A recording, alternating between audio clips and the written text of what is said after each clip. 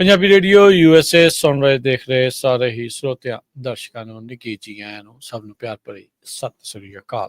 ਸਰੋਤੇ programme Punjabi tech talk ਦੇ ਵਿੱਚ ਆਪ ਸਭ ਦਾ ਨਿੱਘਾ ਸਵਾਗਤ ਹੈ। ਮੈਂ ਰਾਜਕਨਵੀਰ ਸਿੰਘ ਜੁੜ ਚੁੱਕੇ ਨੇ ਮੇਰੇ ਨਾਲ ਇਸ ਮੌਕੇ ਹਰਵਿੰਦਰ ਸਿੰਘ ਕੰਗ। ਹਰਵਿੰਦਰ ਜੀ ਆਇਆਂ ਨੂੰ ਸਵਾਗਤ ਹੈ, ਸਤਿ ਸ੍ਰੀ ਅਕਾਲ। ਸਤਿ ਸ਼੍ਰੀ ਅਕਾਲ ਰਾਜਕਨਵੀਰ ਸਿੰਘ ਤੇ ਪੰਜਾਬੀ ਰੇਡੀਓ USA ਸੁਣਨ ਵਾਲੇ ਤੇ ਪੰਜਾਬੀ ਟੀਵੀ ਵੇਖ ਰਹੇ ਸਾਡੇ ਸਾਰੇ ਮਾੜੇ ਵਿਊਅਰਸ ਦਾ ਇੱਕ ਵਾਰ ਫਿਰ ਤੋਂ ਨਿੱਘਾ ਜੀ ਆਇਆਂ ਆਖਦੇ ਹਾਂ ਪ੍ਰੋਗਰਾਮ ਪੰਜਾਬੀ ਟੈਕ ਟਾਕ ਦੇ ਵਿੱਚ, ਜਿਹਦੇ ਵਿੱਚ ਅਸੀਂ ਗੱਲਾਂ ਬਾਤਾਂ ਕਰਦੇ ਹਾਂ ਟੈਕਨੋਲੋਜੀ ਦੀ ਦੁਨੀਆ ਦੀ ਵੱਖ-ਵੱਖ ਖੇਤਰਾਂ ਦੇ ਵਿੱਚ।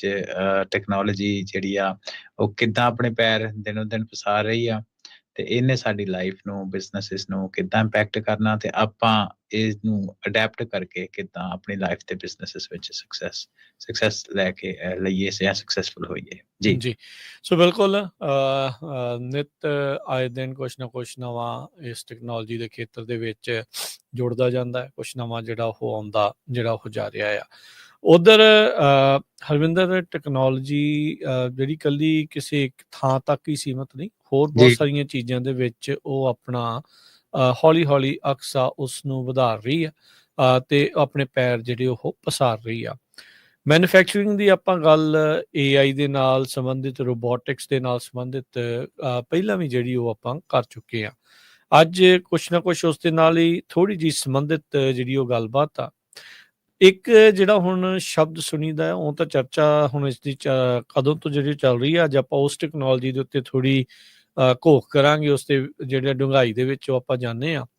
Lights out manufacturing, dark factory ਜਾਂ ਡਾਰਕ ਮੈਨੂਫੈਕਚਰਿੰਗ, ਇਹ ਇੱਕ ਸ਼ਬਦ ਜਿਹੜਾ ਆ ਉਹ ਹੁਣ ਸੁਣੀਦਾ ਆ। ਇਹਦੇ ਮਾਇਨੇ ਕੀ ਹੈ, ਇਹਦਾ ਮਤਲਬ ਕੀ ਆ? ਜੇ ਆਪਾਂ ਉਸ ਪੱਧਰ ਤੋਂ ਸ਼ੁਰੂ ਕਰੀਏ, ਫਿਰ ਆਪਾਂ ਟੈਕਨੋਲੋਜੀ ਦੇ ਇਹਦੇ ਡੂੰਘਾਈ 'ਚ ਜਾਂਦੇ ਹਾਂ ਵੀ ਜਿਹਨੂੰ ਕੁਛ ਨਹੀਂ ਪਤਾ ਉਹਨੂੰ ਕਿੱਦਾਂ ਸਮਝਾਉਣਾ ਹੈ।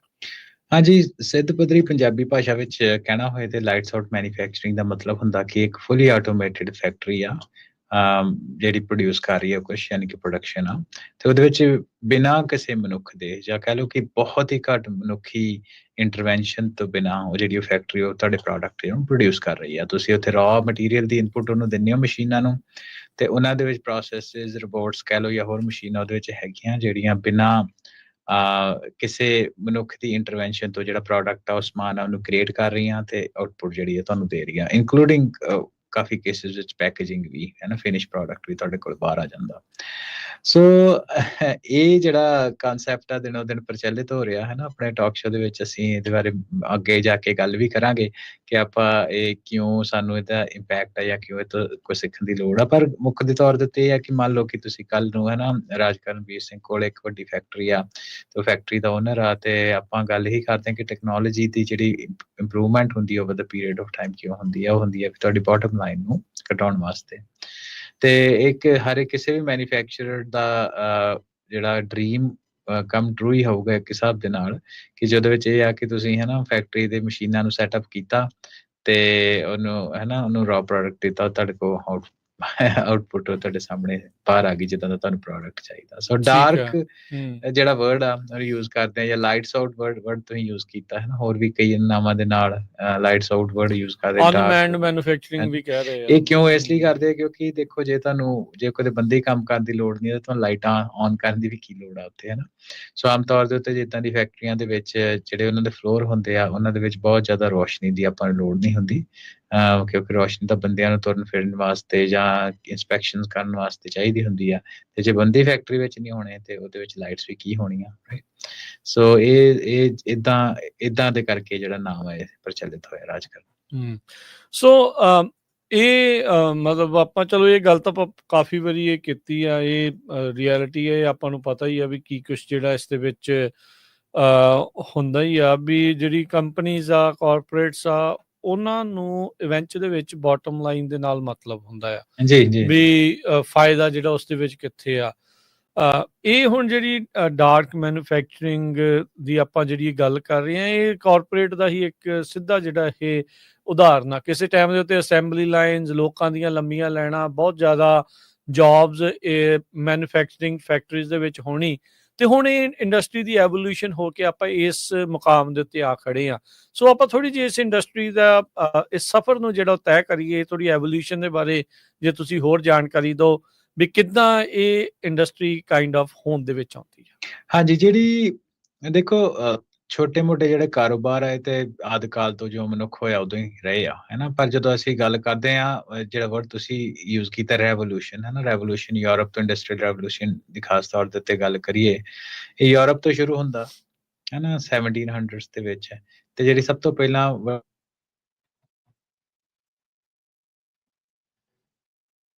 ਕਈ ਤਰੀਕਿਆਂ ਦੇ ਨਾਲ, ਹੈ ਨਾ? ਇੱਕ ਤਰੀਕੇ ਦੇ ਨਾਲ ਵੀ ਕੰਮ ਕਰਨ ਦੇ ਲਈ ਵਰਕਰ ਚਾਹੀਦੇ ਆ, ਉਹਦੇ ਕਰਕੇ, ਹੈ ਨਾ? ਸ਼ਹਿਰ ਬਹੁਤ ਵੱਡੇ ਹੋਏ। ਦੂਸਰੇ ਕਰਕੇ ਜਿਹੜਾ ਉੱਥੇ ਪ੍ਰੋਡਕਟ ਬਣਦਾ ਹੈ ਉਹਦੇ ਲਈ ਮੰਡੀਆਂ ਚਾਹੀਦੀਆਂ ਸੀ, ਜਿਹਦੇ ਕਰਕੇ ਪੂਰੀ ਦੁਨੀਆ ਦੇ ਵਿੱਚ ਫੈਲਾਅ ਲੋਕਾਂ ਦਾ ਸ਼ੁਰੂ ਹੋਇਆ, ਨਵੀਆਂ-ਨਵੀਆਂ ਮੰਡੀਆਂ ਲੱਭਣੀਆਂ ਸ਼ੁਰੂ ਹੋਈਆਂ, ਨਵੇਂ ਸੀ ਰਾਊਟ ਬਣਨੇ ਸ਼ੁਰੂ ਹੋਏ, ਦੇਸ਼ਾਂ ਦੇ ਉੱਤੇ ਕਬਜ਼ੇ ਹੋਣੇ ਸ਼ੁਰੂ ਹੋਏ, ਹੈ ਨਾ? ਇਹਨੇ ਪੂਰੀ ਦੀ ਪੂਰੀ ਇੱਕ ਸਿਵਲਾਈਜੇਸ਼ਨ ਜਿਹੜਾ ਅਸੀਂ ਨਵੀਨ ਯੁੱਗ ਆ ਇਹਨੂੰ ਸਾਹਮਣੇ ਲੈ ਕੇ ਆਂਦਾ ਅੱਜ ਦੀ ਸ਼ੇਪ ਦੇ ਵਿੱਚ, ਜਿੱਥੇ ਅੱਜ ਅਸੀਂ ਬੈਠੇ ਹਾਂ। ਤੇ ਆਪਾਂ ਗੱਲ ਕਰਦੇ ਹਾਂ ਰੈਵੋਲੂਸ਼ਨ ਦੀ, ਤੇ ਸਭ ਤੋਂ ਪਹਿਲਾਂ ਇੰਡਸਟਰੀ 1.0 ਦਾ ਨਾਂ ਦਿੱਤਾ ਜਾਂਦਾ, ਹੈ ਨਾ? ਜਿਹੜਾ ਕਿ ਇਹ ਵੈਸੇ ਤਾਂ ਉਹਦੇ ਕਾਫੀ ਤੁਸੀਂ ਡੈਫੀਨੇਸ਼ਨਸ ਆਨਲਾਈਨ ਲੱਭ ਸਕਦੇ ਹੋ, ਪਰ ਮੋਟੇ ਤੌਰ ਦੇ ਉੱਤੇ ਜਿਹੜੀ ਪ੍ਰਵਾਨਿਤ ਆਪਾਂ ਮੋਟੇ ਤੌਰ ਦੇ ਉੱਤੇ ਹੀ ਗੱਲ ਕਰਨੀ, ਕਿਉਂਕਿ ਅੱਜ ਦਾ ਜਿਹੜਾ ਆਪਣਾ ਟੌਪਿਕ ਆ ਉਹ ਮੈਨੂਫੈਕਚਰਿੰਗ ਬੇਸਡ ਆ। ਪਰ ਆਪਾਂ ਇੰਡਸਟਰੀ 1.0 ਦੀ ਗੱਲ ਕਰਦੇ ਹਾਂ ਜਦੋਂ ਸਟੀਮ ਇੰਜਨ ਸਾਹਮਣੇ ਆਏ 1760s ਦੇ ਵਿੱਚ, 1760 ਦੇ ਵਿੱਚ, ਹੈ ਨਾ?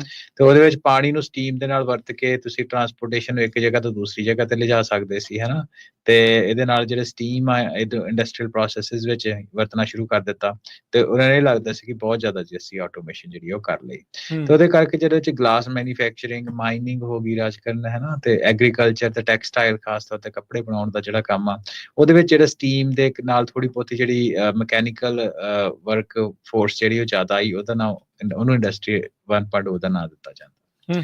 ਸੋ ਉਸ ਤੋਂ ਬਾਅਦ ਇੰਡਸਟਰੀ 2.0 ਦੀ ਗੱਲ ਆਉਂਦੀ ਆ, ਤਕਰੀਬਨ 100 ਸਾਲ ਬਾਅਦ, ਲੇਟ 1800 1870 ਦੇ ਵਿੱਚ। ਉਹਦੇ ਵਿੱਚ ਥੋੜੀ ਜਿਹੜੀ ਟੈਕਨੋਲੋਜੀ ਆ ਨਾ, ਉਹ ਇਹਦੇ ਵਿੱਚ ਆਉਣੀ ਸ਼ੁਰੂ ਹੋਈ ਇੰਡਸਟਰੀ ਦੇ ਵਿੱਚ, ਜਿਹਦਾ ਜ਼ਿਆਦਾ ਜਿਹੜਾ ਮੁੱਖ ਕੇਂਦਰ ਬਿੰਦੂ ਉਹ ਅਮਰੀਕਾ, ਬ੍ਰਿਟੇਨ ਤੇ ਜਰਮਨੀ ਰਹੇ ਆ, ਹੈ ਨਾ? ਠੀਕ ਹੈ। ਸੋ ਇਹਨੂੰ ਟੈਕਨੋਲੋਜੀਕਲ ਇੰਡਸਟਰੀ ਰੈਵੋਲੂਸ਼ਨ ਦੇ ਨਾਮ ਦੇ ਨਾਲ ਵੀ ਜਾਣਿਆ ਜਾਂਦਾ। ਇਹਦੇ ਵਿੱਚ ਖਾਸ ਤੌਰ ਦੇ ਉੱਤੇ ਜਿਹੜੀ ਬਿਜਲੀ ਆ, ਇਲੈਕਟ੍ਰੀਕਲ ਅਪਲਾਇੰਸਿਸ ਜਾਂ ਇਲੈਕਟ੍ਰੀਕਲ ਦੇ ਰਿਲੇਟਡ ਟੈਕਨੋਲੋਜੀ ਆ, ਉਹ ਆਉਣੀ ਸ਼ੁਰੂ ਹੋਈਆਂ ਕਿ ਬਿਜਲੀ ਪਾਵਰਡ ਜਿਹੜੇ ਯੰਤਰ ਆ ਉਹ ਆਉਣੇ ਸ਼ੁਰੂ ਹੋਏ, ਜਿਹਨੇ ਇੰਡਸਟਰੀ ਨੂੰ ਇੰਪਾਵਰ ਕੀਤਾ। ਠੀਕ ਹੈ। ਫਿਰ ਆਪਾਂ ਇੰਡਸਟਰੀ 3.0 ਦਾ ਨਾਮ ਲੈ ਲੈਂਦੇ ਹਾਂ, ਹਨਾ? ਜਿਹੜੀ ਅੱਜ ਦੇ ਸਮੇਂ ਦੇ ਵਿੱਚ ਸਾਡੀ ਜਨਰੇਸ਼ਨ ਨੇ ਮੈਜੋਰਿਟੀ ਦੇਖੀ ਆ, ਉਹ 1970s ਦੇ ਵਿੱਚ, 1970 ਦੇ ਵਿੱਚ ਤਕਰੀਬਨ ਉਹ ਤੋਂ 100 ਸਾਲ ਬਾਅਦ, ਜਿਹਦੇ ਵਿੱਚ ਕੰਪਿਊਟਰ ਆਉਣੇ ਸ਼ੁਰੂ ਹੋਏ, IT, ਹੈ ਨਾ? ਉਹਨੂੰ ਡਿਜੀਟਲ ਰੈਵੋਲੂਸ਼ਨ ਦੇ ਨਾਲ ਵੀ ਜਾਣਿਆ ਜਾਂਦਾ 3.0 ਨੂੰ, ਜਿਹਦੇ ਵਿੱਚ ਕੰਪਿਊਟਰ ਆਏ ਆ ਫਾਊਂਡੇਸ਼ਨਲ ਗਰਾਊਂਡ ਵਰਕ ਕਰਨ ਦੇ ਲਈ, ਕੈਲਕੂਲੇਸ਼ਨ ਕਰਨ ਦੇ ਲਈ, ਐਕਸਲ ਸ਼ੀਟਾਂ ਵਗੈਰਾ, ਹੈ ਨਾ? ਤੁਸੀਂ ਦੇਖਦੇ ਹੋ ਸਾਰੇ, ਇਹ ਸਾਰਾ ਜਿਹੜਾ ਕੰਮ ਆ ਉਹ ਚੱਲਿਆ।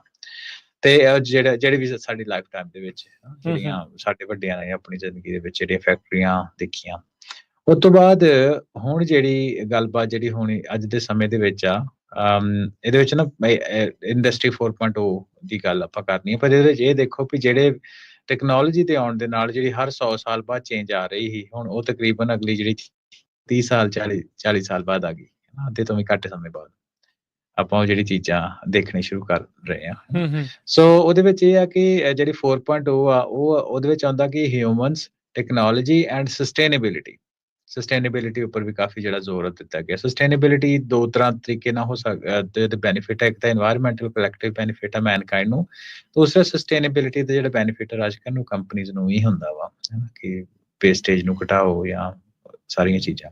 ਸੋ ਇਹ ਜਿਹੜਾ ਇੰਡਸਟਰੀ 4.0 ਦਾ ਜਿਹੜਾ ਨਾਮ ਆ, ਇਹ ਟਰਮ ਜਿਹੜੀ ਆ 2011 ਦੇ ਵਿੱਚ ਕੋਇਨ ਕੀਤੀ ਗਈ, ਹੈ ਨਾ? ਇਹ ਮੈਂ ਇਹਦੇ ਵਿੱਚ ਇਹ ਵੀ ਦੱਸ ਦੇਵਾਂ ਕਿ ਜਿਹੜੀ ਮੈਜੋਰਿਟੀ ਵੈਸਟ ਵਿੱਚ ਫੈਕਟਰੀ ਸੀ, ਉਹ ਏਸ਼ੀਆ ਦੇ ਵਿੱਚ ਇੱਕ ਦਹਾਕੇ ਪਹਿਲਾਂ ਜਾਣੀ ਸ਼ੁਰੂ ਹੋਈਆਂ ਸੀ, ਅਰਲੀ 2000 ਦੇ ਵਿੱਚ। ਤੇ ਇਹਦੇ ਨਾਲ ਰਾਜਕਨ ਕੀ ਹੋਇਆ ਕਿ ਇੱਕ ਵੱਡਾ ਆਪਾਂ ਨੂੰ ਨੈਟਵਰਕ ਇਨਫਰਾਸਟ੍ਰਕਚਰ ਚਾਹੀਦਾ, ਜਿਹਦੇ ਵਿੱਚ ਲੋਕ ਇੱਕ ਦੂਜੇ ਨਾਲ ਸੰਪਰਕ ਕਰ ਸਕਣ, ਹੈ ਨਾ? ਡੇਟਾ ਨੂੰ ਸਟੋਰ ਕਰਨ ਦੀ ਕੈਪੇਬਿਲਿਟੀ ਹੋਏ, ਤੇ ਉਹਦੇ ਤੋਂ ਨਾਲ ਦੀ ਨਾਲ ਜਦੋਂ ਹਿਊਮਨਸ ਇਹਦੇ ਵਿੱਚ ਆਉਣੇ ਸ਼ੁਰੂ ਹੋਏ, ਤੇ ਇੰਟਰਨੈਟ ਆਫ ਥਿੰਗਸ, ਹੈ ਨਾ? ਇੰਟਰਨੈਟ ਬੇਸਡ ਜਿਹੜੀਆਂ ਸਾਰੀਆਂ ਐਪਲੀਕੇਸ਼ਨ ਜਾਂ ਫੈਕਟਰੀ ਆਪਰੇਸ਼ਨਸ ਆਉਣੇ ਸ਼ੁਰੂ ਹੋਏ, ਉਹਦੇ ਤੋਂ ਫਿਰ ਹੌਲੀ ਜਿਹੜੀ ਸਾਹਮਣੇ ਚੀਜ਼ ਆਉਣੀ ਸ਼ੁਰੂ ਹੋਈ ਵੀ ਆਪਾਂ ਇਹਦੇ ਵਿੱਚ ਆਪਟੀਮਾਈਜ਼ੇਸ਼ਨ ਕਿੱਦਾਂ ਲਿਆ ਸਕੇ, ਜਿਹੜੀ ਕਿ ਅੱਜ ਦੇ ਸਮੇਂ ਤੱਕ ਵੀ ਜਾਰੀ ਆ।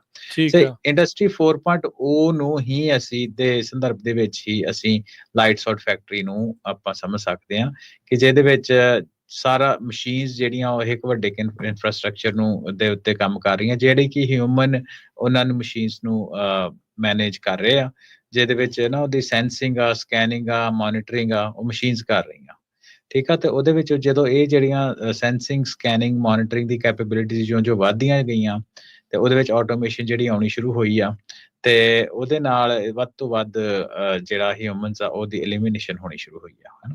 ਜਿੱਦਾਂ ਤੁਸੀਂ ਪਹਿਲੇ ਦੱਸਿਆ ਕਿ ਫੈਕਟਰੀਆਂ ਦੇ ਵਿੱਚ ਕਿੰਨੀ ਲੰਮੀਆਂ ਲਾਈਨਾਂ ਹੁੰਦੀਆਂ ਸੀ। ਅਸੈਂਬਲੀ ਲਾਈਨਸ ਹੁੰਦੀਆਂ ਹਾਂਜੀ। ਸੀਗੀਆਂ। ਤੇ ਪਰ ਹੁਣ ਜਿਹੜਾ ਗੱਲਬਾਤ ਆ ਇਹ ਆ ਕਿ 2001 ਤੋਂ 2011 ਦੀ ਟਰਮ ਕੋਇਨ ਕਰਨ ਤੋਂ ਬਾਅਦ ਜਦੋਂ ਪਹਿਲਾਂ ਗੱਲ ਕੀਤੀ ਕਿ 35-40 ਸਾਲ ਬਾਅਦ ਦੀ ਦੂਸਰੀ ਟਰਮ ਆ ਗਈ, ਤੇ ਹੁਣ ਉਹ ਤੋਂ ਐਗਜ਼ੈਕਟਲੀ 10 ਸਾਲ ਬਾਅਦ ਇੰਡਸਟਰੀ 5.0 ਜਿਹੜੀ ਆਉਣ ਵਾਲੇ ਸਮੇਂ 'ਚ ਇੰਡਸਟਰੀ ਹੋਏਗੀ।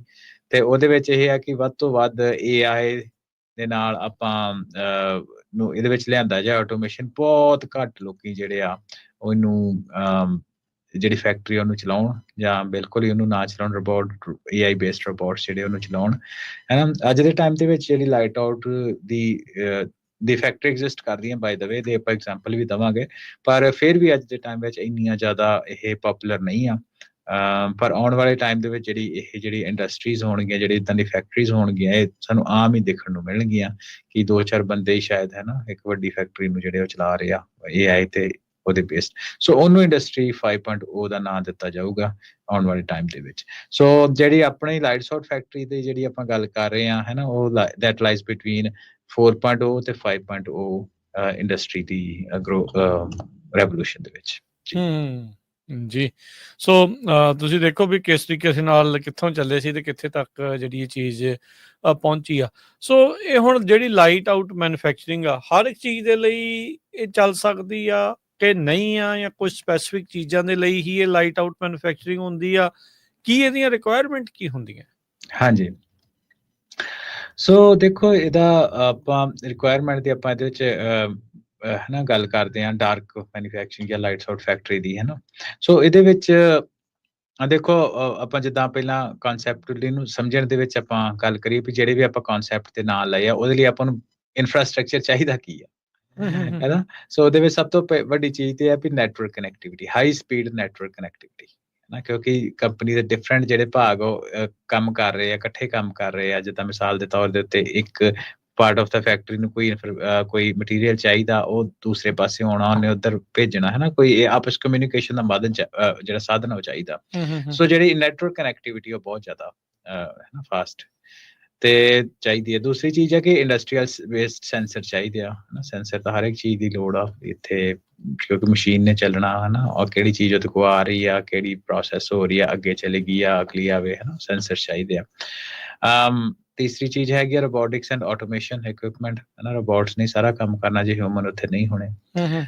3D ਪ੍ਰਿੰਟਿੰਗ ਇਕਵਿਪਮੈਂਟ ਚਾਹੀਦਾ, ਹੈ ਨਾ, ਜੋ ਵੀ ਆਪਾਂ ਨੂੰ ਡਿਪੈਂਡਿੰਗ ਅਪਨ ਕਿੱਦਾਂ ਦੀ ਫੈਕਟਰੀ ਆ। ਤੇ QC ਕੈਪੇਬਿਲਿਟੀਜ਼ ਜਿਹੜੀ ਕਿ ਨਾਨ ਡਿਸਟਰਕਟਿਵ ਹੋਣ, ਰੀਯੂਜ਼ੇਬਲ QC ਕੈਪੇਬਿਲਿਟੀਜ਼ ਆਪਾਂ ਨੂੰ ਚਾਹੀਦੀਆਂ। ਤੇ AI ਤੇ ਮਸ਼ੀਨ ਲਰਨਿੰਗ ਟੈਕਨੋਲੋਜੀ ਤੇ ਉਹਦੀ ਇੰਪਲੀਮੈਂਟੇਸ਼ਨ ਇਨਫਰਾਸਟ੍ਰਕਚਰ ਦੇ ਵਿੱਚ ਹੋਣੀ ਚਾਹੀਦੀ ਆ। AR VR ਟੈਕਨੋਲੋਜੀ, ਚਲੋ ਤਾਂ ਥੋੜੀ ਆਬਵੀਅਸ ਹੀ ਹੋ ਜਾਂਦੀ ਆ। ਤੇ technology for digital twin in manufacturing. Digital twin ਇਹ ਹੁੰਦਾ ਰਾਜਕਰਨ ਕਿ ਮੰਨ ਲਓ ਕਿ ਕੋਈ ਰੀਅਲ ਵਰਲਡ ਦੇ ਵਿੱਚ ਕੰਮ ਹੋ ਰਿਹਾ। ਆਪਾਂ ਇੱਕ ਪਹਿਲਾਂ ਵੀ ਟਾਕ ਸ਼ੋ ਵਿੱਚ ਟਰਮ ਆਈ ਸੀ ਤਾਂ ਉਦੋਂ ਐਕਸਪਲੇਨ ਕੀਤਾ ਸੀ ਕਿ ਇੱਕ ਆਪਾਂ ਰੀਅਲ ਟਾਈਮ ਦੇ ਵਿੱਚ ਵਰਲਡ ਦੇ ਵਿੱਚ ਕੋਈ ਕੰਮ ਹੋ ਰਿਹਾ, ਉਹਦਾ ਅਸੀਂ ਉਹਨੂੰ ਡਿਜੀਟਲੀ ਉਹਨੂੰ ਆਪਾਂ ਕਨਵਰਟ ਕਰ ਲੈਂਦੇ ਵੀ ਜੇ ਮੰਨ ਲਓ ਕਿ ਰੀਅਲ ਟਾਈਮ ਦੇ ਵਿੱਚ ਉਹਦਾ ਕਨਸੈਪਟ ਬੇਸਡ ਇਹ ਕਿੱਦਾਂ ਵਰਕ ਹੋ ਰਿਹਾ, ਉਹਦਾ ਇੱਕ ਮੌਕਅਪ ਕਹਿ ਲਓ, ਡਿਜੀਟਲ ਮੌਕਅਪ, ਉਹਨੂੰ ਡਿਜੀਟਲ ਟਵਿਨ ਕਹਿ ਦਿੰਦੇ ਆ। ਠੀਕ ਹੈ। ਤੇ ਲਾਸਟ ਜਿਹੜੀ ਚੀਜ਼ ਆ ਉਹ ਇਹ ਹੈ ਕਿ ਜਦੋਂ ਹਾਇਰ ਵੋਲਿਊਮ, ਕਿਉਂਕਿ ਇਹ ਜਿਹੜੇ ਇੰਟੈਂਡਡ ਹੁੰਦੇ ਆ ਇੱਦਾਂ ਦੀ ਫੈਕਟਰੀ ਹੁੰਦੀਆਂ ਹਾਇਰ ਵੋਲਿਊਮ ਵਾਸਤੇ, ਹੈ ਨਾ। ਤੇ ਉਹਦੇ ਵਾਸਤੇ ਆਪਾਂ ਨੂੰ ਕੋਈ ਸਟੈਂਡਰਡਾਈਜੇਸ਼ਨ ਪਾਰਟ ਪ੍ਰੋਡਕਸ਼ਨ ਚਾਹੀਦੀ ਹੈ ਕਿ ਇੱਕ ਜਿਹੜਾ ਪ੍ਰੋਡਕਟ ਅਸੀਂ ਇਸ ਲਾਈਟ ਆਊਟ ਮੈਨੂਫੈਕਚਰਿੰਗ ਦੇ ਰਾਹੀਂ ਬਣਾ ਰਹੇ ਹੋ, ਹਾਈ ਵੋਲਿਊਮ ਦਾ ਹੋਣਾ ਚਾਹੀਦਾ, ਕਿਉਂਕਿ ਤਾਂ ਹੀ ਉਹ ਰਿਟਰਨ ਔਨ ਇਨਵੈਸਟਮੈਂਟ, ਜਿਹਨੂੰ ROI ਕਹਿੰਦੇ, ਉਹਨੂੰ ਜਸਟੀਫਾਈ ਕਰ ਸਕਦੇ ਆ ਕਿ ਜੇ ਤੁਸੀਂ ਇੱਕੋ ਸਿਮਿਲਰ ਪ੍ਰੋਡਕਟ ਆ ਉਹਨੂੰ ਤੁਸੀਂ ਹਾਈ ਵੋਲਿਊਮ ਦੇ ਉੱਤੇ ਬਣਾਉਣਾ ਵਾ, ਹੈ ਨਾ। ਤੇ ਕਿਉਂਕਿ ਜੇ ਵੈਰਾਈਟੀ ਆਫ ਪ੍ਰੋਡਕਟਸ ਹੈਗੇ ਆ ਜਿਨ੍ਹਾਂ ਦੀ ਸਪੈਕ ਵੱਖਰੀ ਆ, ਪ੍ਰੋਡਕਟ ਵੱਖਰੇ ਆ, ਅੱਜ ਦੇ ਟਾਈਮ ਦੇ ਵਿੱਚ ਉਹਦੀ ROI ਸ਼ਾਇਦ ਇੰਨੀ ਵਧੀਆ ਨਹੀਂ ਹੈਗੀ, ਕਿਉਂਕਿ ਵੈਰਾਈਟੀ ਆਫ ਤੁਹਾਨੂੰ ਇੱਕ ਇਨਫਰਾਸਟ੍ਰਕਚਰ ਚਾਹੀਦਾ। ਸੋ ਇਹ ਕੁਛ ਜਿਹੜੀਆਂ ਗੱਲਾਂ ਬਾਤਾਂ, ਹੈ ਨਾ, ਮੋਟੇ ਤੌਰ ਦੇ ਉੱਤੇ ਰਿਕੁਆਇਰਮੈਂਟਸ ਹੈਗੀਆਂ ਡਾਰਕ ਮੈਨੂਫੈਕਚਰਿੰਗ ਦੀਆਂ। ਅਗੇਨ ਮੋਟੇ ਲੈਵਲ ਦੇ ਉੱਤੇ ਗੱਲ ਕੀਤੀ, ਦੇ could be more product specific items. ਠੀਕ ਆ।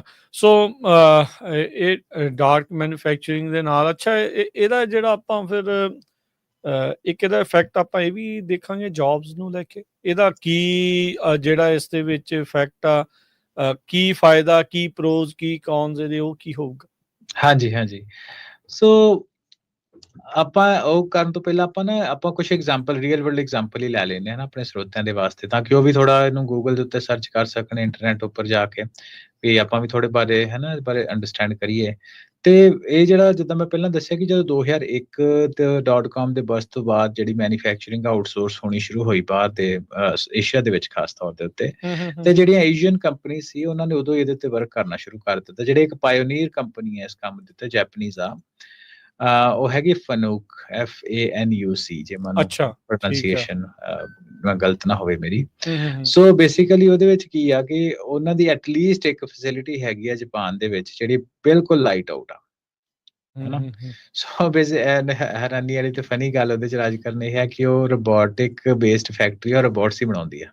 ਅੱਛਾ, ਠੀਕ ਆ। ਹਾਂਜੀ, ਸੋ ਉਹ ਬੇਸਿਕਲੀ ਹਿਊਮਨ ਇੰਟਰਵੈਂਸ਼ਨ ਉਹਨਾਂ ਦਾ ਰੈਕਰਡ ਹੈ ਜੋ ਹੁਣ ਤੱਕ ਉਹ ਇਹ ਕਹਿੰਦਾ ਕਿ ਹਿਊਮਨ ਇੰਟਰਵੈਂਸ਼ਨ ਤੋਂ ਬਿਨਾਂ ਉਹ 30 ਦਿਨ ਲਗਾਤਾਰ ਫੈਕਟਰੀ ਜਿਹੜੀ ਉਹ ਆਪਣੇ ਆਪ ਚੱਲ ਸਕਦੀ ਆ।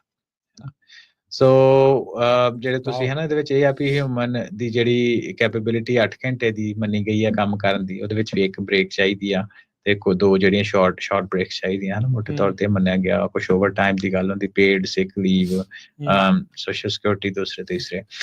ਉਹ ਸੋ ਇਹ ਆ ਵੀ ਹਿਊਮਨ ਨੂੰ ਬਿਲਕੁਲ ਹੀ ਜੇ ਉਹਦੇ ਚੋਂ ਕੱਢ ਦਿੱਤਾ ਜਾਏ, 30 ਦਿਨ ਬਿਨਾਂ ਹਿਊਮਨ ਤੋਂ ਹਨਾ ਰੋਬੋਟਸ ਜਿਹੜੇ ਉਹ ਬਣਦੇ ਜਾਣ, ਤੁਸੀਂ ਇੰਪੈਕਟ ਤਾਂ ਆਪੇ ਹੀ ਲਾ ਲਓ। ਦੂਸਰੀ ਆਪਾਂ ਗੱਲ ਕਰਦੇ ਹਾਂ ਬੜੀ ਮੰਨੀ ਪ੍ਰਮੰਨੀ ਕੰਪਨੀ ਆ, ਉਹਦਾ ਨਾਂ ਹੈਗਾ ਫਿਲਿਪਸ, ਤੇ ਉਹਨਾਂ ਦੀ ਜਿਹੜੀ ਫਿਲਿਪਸ ਜਿਹੜੇ ਉਹਦੇ ਵੈਰਾਈਟੀ ਆਫ ਪ੍ਰੋਡਕਟਸ ਆ, ਪਰ ਉਹਨਾਂ ਦਾ ਜਿਹੜਾ ਇੱਕ ਰੇਜ਼ਰ ਮੈਨੂਫੈਕਚਰਿੰਗ ਫੈਸਿਲਿਟੀ ਆ ਨਾ, ਤੇ ਉਹ ਇੱਕ ਕਾਫੀ ਵੱਡੀ ਫੈਕਟਰੀ ਆ। ਜਿਹੜੇ ਫਿਲਿਪਸ ਤੇ ਰੇਜ਼ਰ ਤੁਸੀਂ ਹਨਾ ਸਰਚ ਕਰ ਸਕਦੇ ਹੋ, ਉਹ ਫੈਕਟਰੀ ਨੂੰ ਰਾਜਕਰਨ ਸਿਰਫ 9 ਜਾਣੇ ਚਲਾਉਂਦੇ ਆ।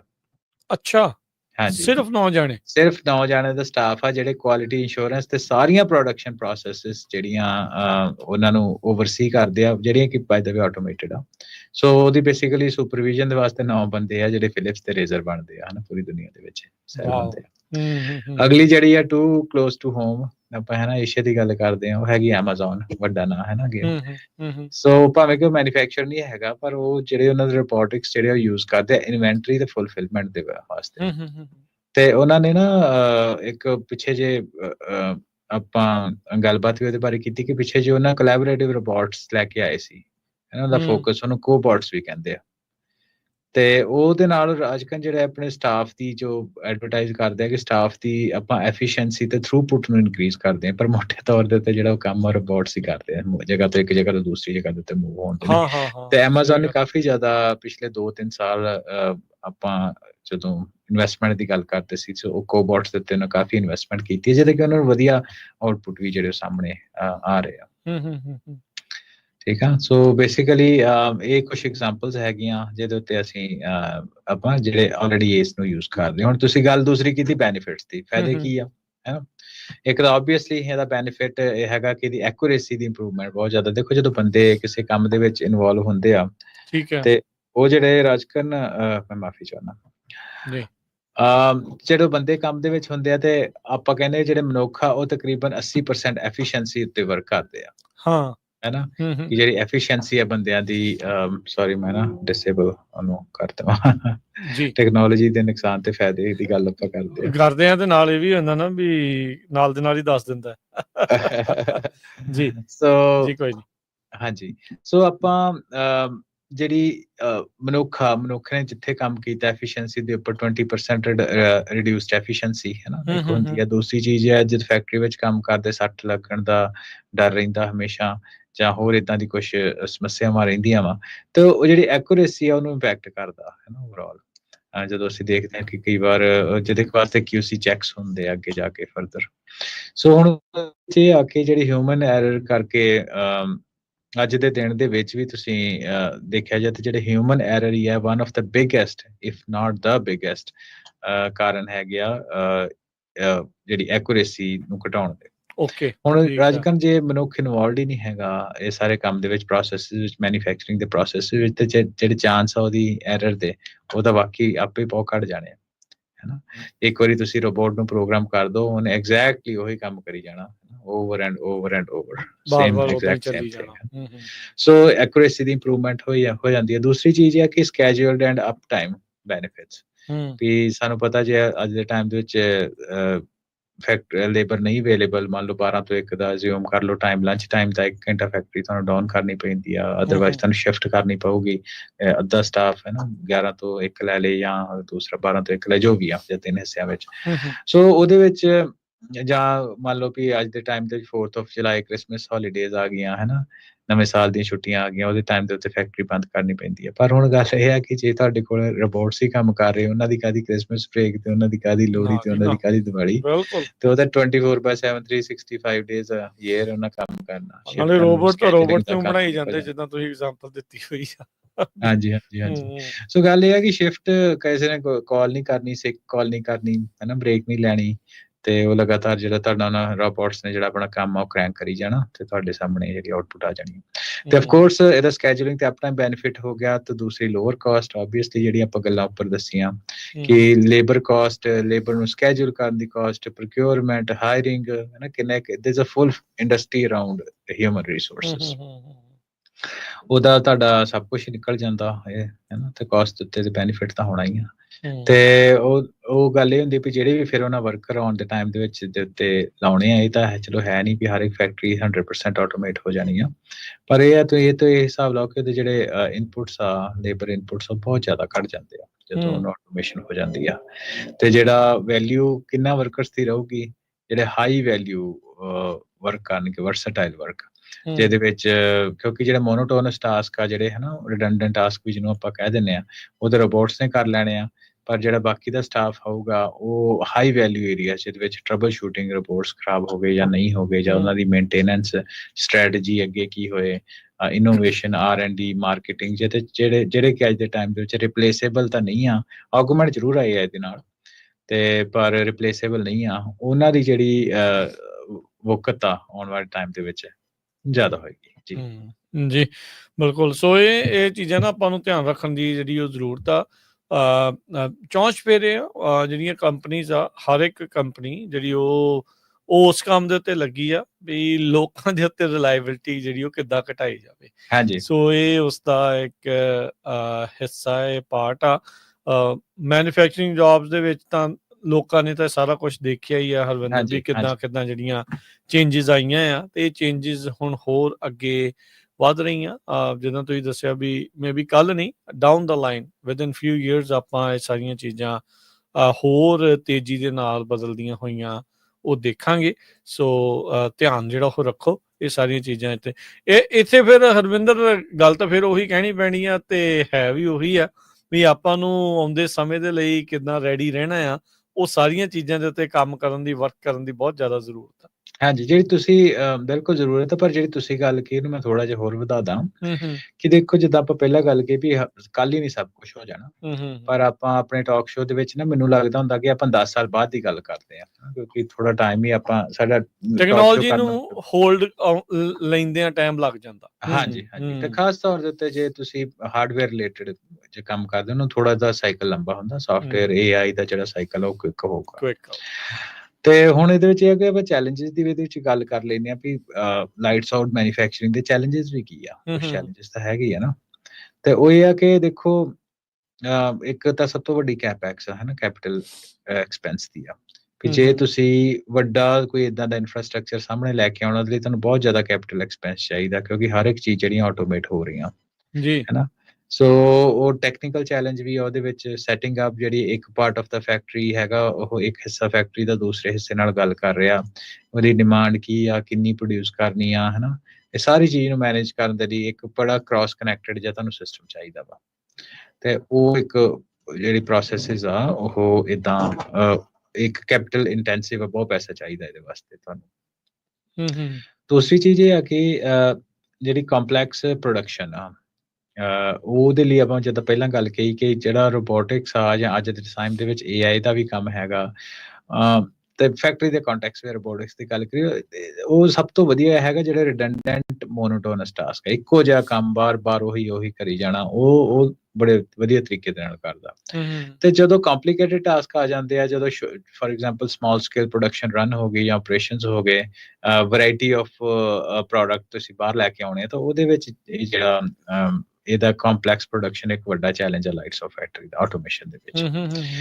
ਤੇ ਇੱਕ ਸੇਫਟੀ ਤੇ ਫੇਲੀਅਰ ਪ੍ਰੋਡਕਸ਼ਨ ਵੀ ਆ, ਖਾਸ ਤੌਰ ਤੇ ਸੈਂਸਿਟਿਵ ਪ੍ਰੋਡਕਟਸ ਹੈਗੇ ਆ, ਜਿੱਦਾਂ ਹਨਾ ਤੁਸੀਂ ਕਹਿ ਲਓ ਕਿ ਕੋਈ ਕੈਮੀਕਲ ਤਿਆਰ ਕਰਦੀ ਹੈ ਫੈਕਟਰੀ, ਜਾਂ ਕੋਈ ਗੈਸ ਇੱਦਾਂ ਦੀ ਤਿਆਰ ਕਰਦੀ ਜਿਹੜੀ ਹਿਊਮਨ ਇੰਟਰਵੈਂਸ਼ਨ ਦੇ ਵਾਸਤੇ ਠੀਕ ਨਹੀਂ ਆ, ਜਾਂ ਕੁਛ ਇੱਦਾਂ ਦਾ ਹੋਰ ਵੀ ਹੋਏਗਾ। ਪਰ ਜੇ ਫੈਕਟਰੀ ਆਟੋਮੇਟ ਰਨ ਕਰ ਰਹੀ ਆ ਐਡਿਕੁਏਟਲੀ, ਜੇ ਤੁਹਾਡੇ ਕੋਲ ਸੈਂਸਰ ਜਾਂ ਹੋਰ ਇਨਫਰਾਸਟਰਕਚਰ ਨਹੀਂ ਹੈਗਾ ਇਨ ਪਲੇਸ, ਹਿਊਮਨ ਤਾਂ ਉੱਥੇ ਹੈ ਨਹੀਂ ਉਹਨੂੰ ਮੋਨੀਟਰ ਕਰਨ ਦੇ ਲਈ, ਜਦੋਂ ਤੱਕ ਤੁਸੀਂ ਕੈਚ ਕਰੋਗੇ ਉਦੋਂ ਤੱਕ ਸ਼ਾਇਦ ਜਿਹੜਾ ਨੁਕਸਾਨ ਆ ਉਹ ਬਹੁਤ ਜ਼ਿਆਦਾ ਹੋ ਗਿਆ ਹੋਊਗਾ, ਹੈ ਨਾ। ਨਾਟ ਇਨ ਦਿਸ ਟਰਮਸ ਕਿ ਹਿਊਮਨ ਬੇਸਡ ਨੁਕਸਾਨ, ਪਰ ਆਮ ਫੈਕਟਰੀ ਦੇ ਵਿੱਚ ਵੀ ਲਾ ਲਓ ਵੀ ਇੱਕ ਤਰ੍ਹਾਂ ਦੀ ਜੇ ਬੰਦੇ ਸਿਸਟਮ ਨੂੰ ਨਹੀਂ ਦੇਖ ਰਹੇ ਤੇ ਕੋਈ ਕੁਆਲਿਟੀ ਦਾ ਇਸ਼ੂ ਆ ਗਿਆ, ਤੇ ਇਸ ਤੋਂ ਪਹਿਲਾਂ ਤੁਹਾਨੂੰ ਪਤਾ ਲੱਗੇ ਨਾ, ਸ਼ਾਇਦ ਜਿਹੜਾ ਥਾਊਜ਼ੈਂਡਸ ਆਫ ਡਾਲਰ ਦਾ ਜਿਹੜਾ ਆਪਾਂ ਜਿਹੜੀ ਸਕ੍ਰੈਪ ਮਟੀਰੀਅਲ ਸ਼ਾਇਦ ਤੁਹਾਡੇ ਸਾਹਮਣੇ ਜਨਰੇਟ ਹੋਊਗਾ, ਹੈ ਨਾ। ਸੋ ਖੈਰ ਉਹਦੇ ਉੱਪਰ ਵੀ ਜੋ ਵੀ ਆਉਣ ਵਾਲੇ ਟਾਈਮ ਦੇ ਵਿੱਚ ਕੰਮ ਹੋ ਰਿਹਾ ਵਾ, ਪਰ ਕਿਉਂਕਿ ਜਦੋਂ ਹਿਊਮਨ ਇੰਟਰਵੈਂਸ਼ਨ ਨਹੀਂ ਹੁੰਦੀ ਤੇ ਉਹਦੇ ਤੋਂ ਜਿਹੜਾ ਉਹਦੇ ਨਾਲ ਜਿਹੜਾ ਟਾਈਮ ਟੂ ਫੇਲੀਅਰ ਕੈਚ ਕਰਨ ਦਾ ਜਿਹੜਾ ਉਹ ਵੇਰੀ ਕਰ ਸਕਦਾ। ਸੋ ਇਹ ਕੁਛ ਰਾਜਕਨ ਚੈਲੰਜਸ ਸਾਡੇ ਸਾਹਮਣੇ ਆ, ਜਿਹਦੇ ਕਰਕੇ ਜਦੋਂ ਮੈਂ ਪਹਿਲਾਂ ਗੱਲ ਕਹੀ ਕਿ ਅੱਜ ਦੇ ਟਾਈਮ ਦੇ ਵਿੱਚ ਵੀ ਜਿਹੜੀ ਲਾਈਟਸ ਆਊਟ ਫੈਕਟਰੀ ਦਾ ਕਨਸੈਪਟ ਤਾਂ ਐਗਜ਼ਿਸਟ ਕਰਦਾ, ਪਰ ਲਾਈਟਸ ਆਊਟ ਫੈਕਟਰੀ ਜਿਹੜੀ ਆਪਾਂ ਆਮ ਤੌਰ ਦੇ ਉੱਤੇ ਦੇਖਦੇ ਨਹੀਂ ਆਈਆਂ, ਹੈ ਨਾ, ਬਹੁਤ ਗਿਣਤੀ ਦੀ ਐਗਜ਼ਾਮਪਲਸ ਆ। ਪਰ ਗੱਲ ਇਹ ਹੈ ਵੀ ਬਹੁਤ ਜਿਹੜੀਆਂ ਫੈਕਟਰੀਜ਼ ਆ ਉਹ ਕਾਫੀ ਹੱਦ ਤੱਕ ਆਪਣੇ ਆਪਰੇਸ਼ਨਸ ਨੂੰ ਆਪਟੀਮਾਈਜ਼ ਕਰ ਰਹੀਆਂ ਵਾ, ਤੇ it's just matter of time.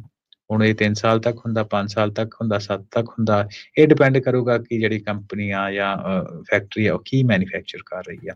ਸੋ ਉਹਦੇ ਅਕੋਰਡਿੰਗਲੀ ਜਿਹੜੀ ਆਟੋਮੇਸ਼ਨ ਦੀ ਪ੍ਰੋਸੈਸ ਆ ਤੇ ਉਹਦੀ ਟਾਈਮਲਾਈਨ ਆ ਉਹ ਵੇਰੀ ਕਰੂਗੀ। ਮੈਂ ਤਾਂ ਉਦੋਂ ਬਹੁਤ ਹੈਰਾਨ ਹੋਇਆ ਜਦੋਂ ਤੁਸੀਂ ਉਹਨਾਂ ਦੀ ਰੇਜ਼ਰ ਬਲੇਡ ਵਾਲਿਆਂ ਨੇ ਦੱਸੇ ਵੀ 9 ਜਾਣੇ ਪੂਰੀ ਫੈਕਟਰੀ ਨੂੰ ਰਨ ਕਰੀ ਜਾ ਰਹੇ ਆ, ਜਦ ਕਿ ਮਿਲੀਅਨਸ ਨਹੀਂ ਬਿਲੀਅਨਸ ਦੇ ਵਿੱਚ ਲੋਕ ਉਹਨਾਂ ਦੇ ਪ੍ਰੋਡਕਟ ਜਿਹੜੇ ਉਹ ਯੂਜ਼ ਕਰ ਰਹੇ ਆ। ਜਸਟ ਕ੍ਰੇਜ਼ੀ ਵੀ ਕਿੱਥੇ ਟੈਕਨੋਲੋਜੀ ਜਿਹੜੀ ਉਹ ਪਹੁੰਚ ਚੁੱਕੀ ਹੈਗੀ ਆ। ਸੋ ਇੱਕ ਛੋਟੀ ਜਿਹੀ ਬ੍ਰੇਕ ਲਵਾਂਗੇ ਇੱਥੇ, ਤੇ ਬ੍ਰੇਕ ਤੋਂ ਬਾਅਦ ਮੁੜਦੇ ਆਪਾਂ ਵਾਪਸ, ਤੇ ਪ੍ਰੋਗਰਾਮ ਪੰਜਾਬੀ ਟੈਕ ਟਾਕ ਜਾਰੀ ਰਹੇਗਾ।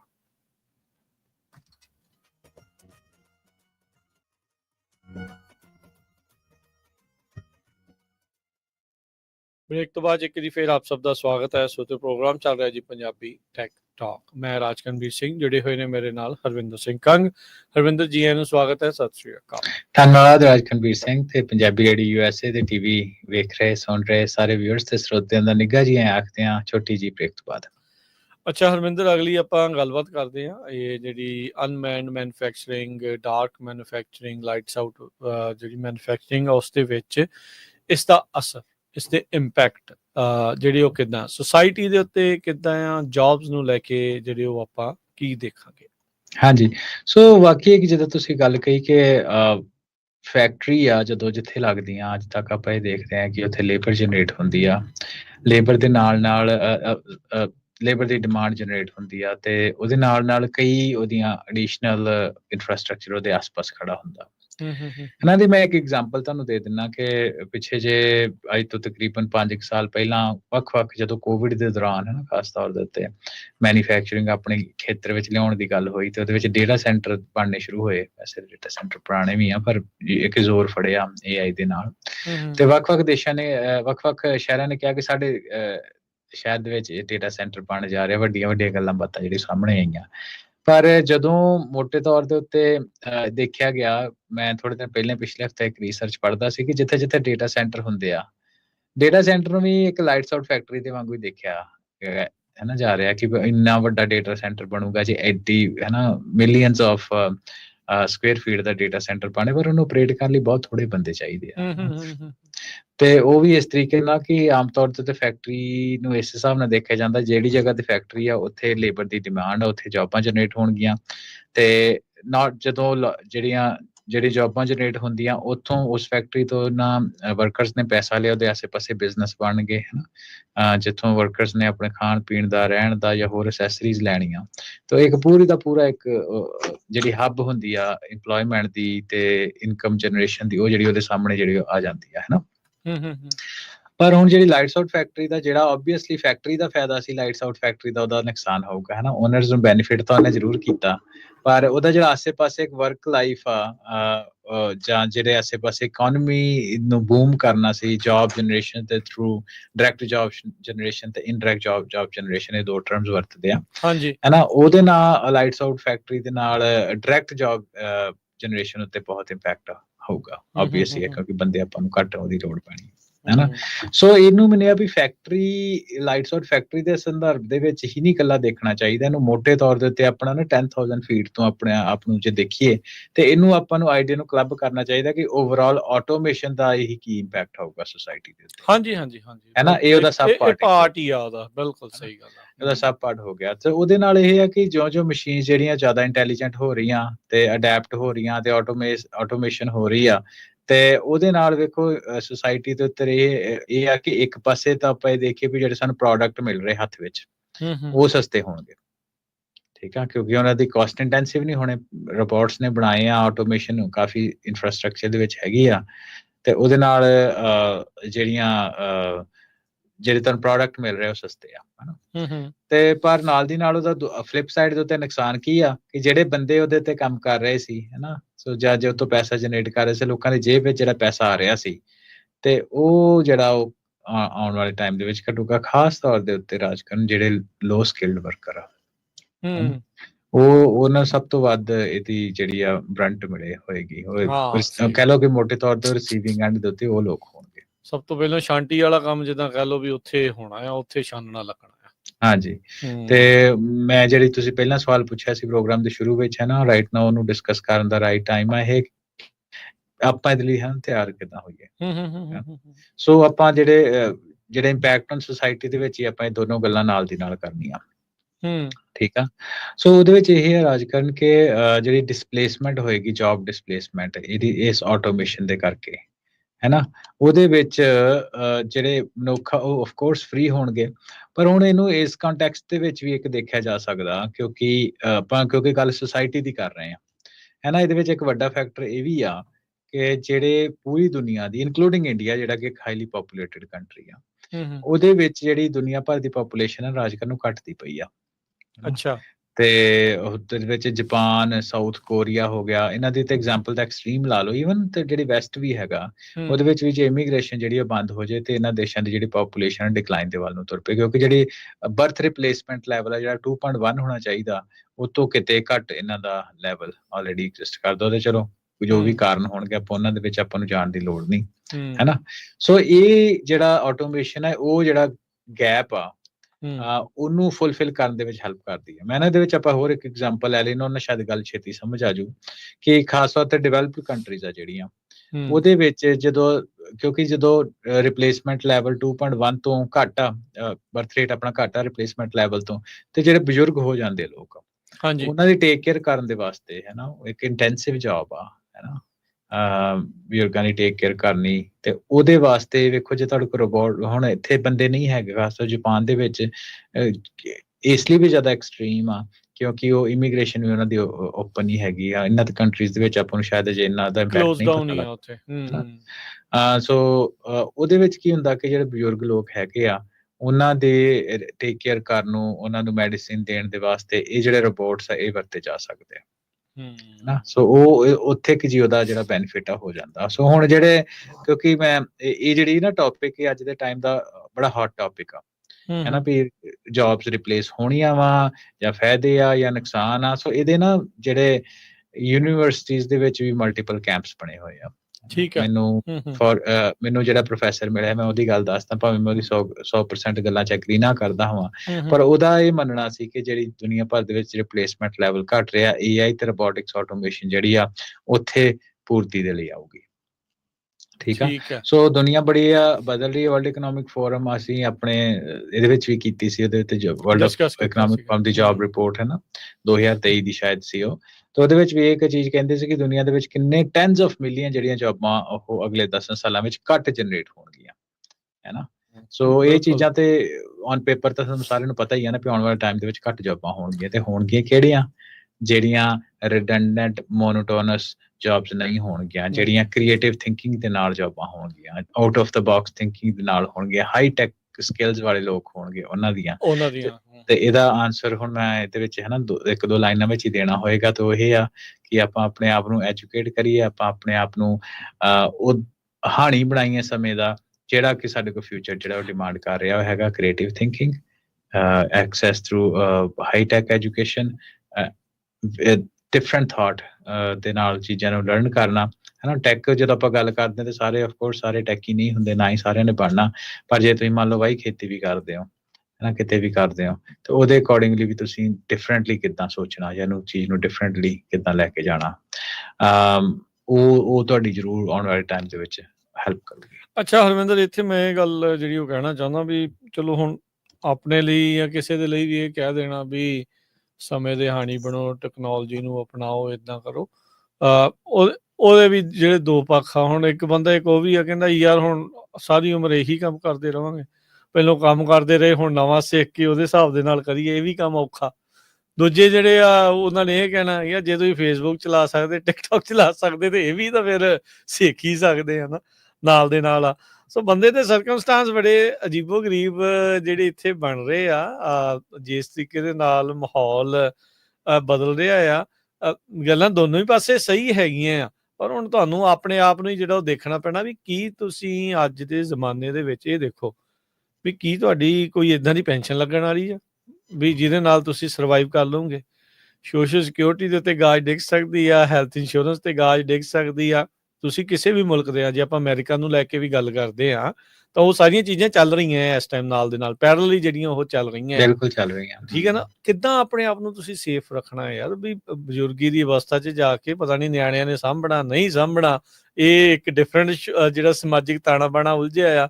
ਦੂਜਾ ਜਿਹੜਾ ਇਸ ਪਾਸੋਂ ਜਿਹੜੀ ਉਲਝਣ ਪੈ ਜਾਣੀ ਆ ਵੀ ਹੁਣ ਸਰਵਾਈਵ ਆਪਾਂ ਕਿੱਦਾਂ ਜਿਹੜਾ ਉਹ ਕਰਾਂਗੇ।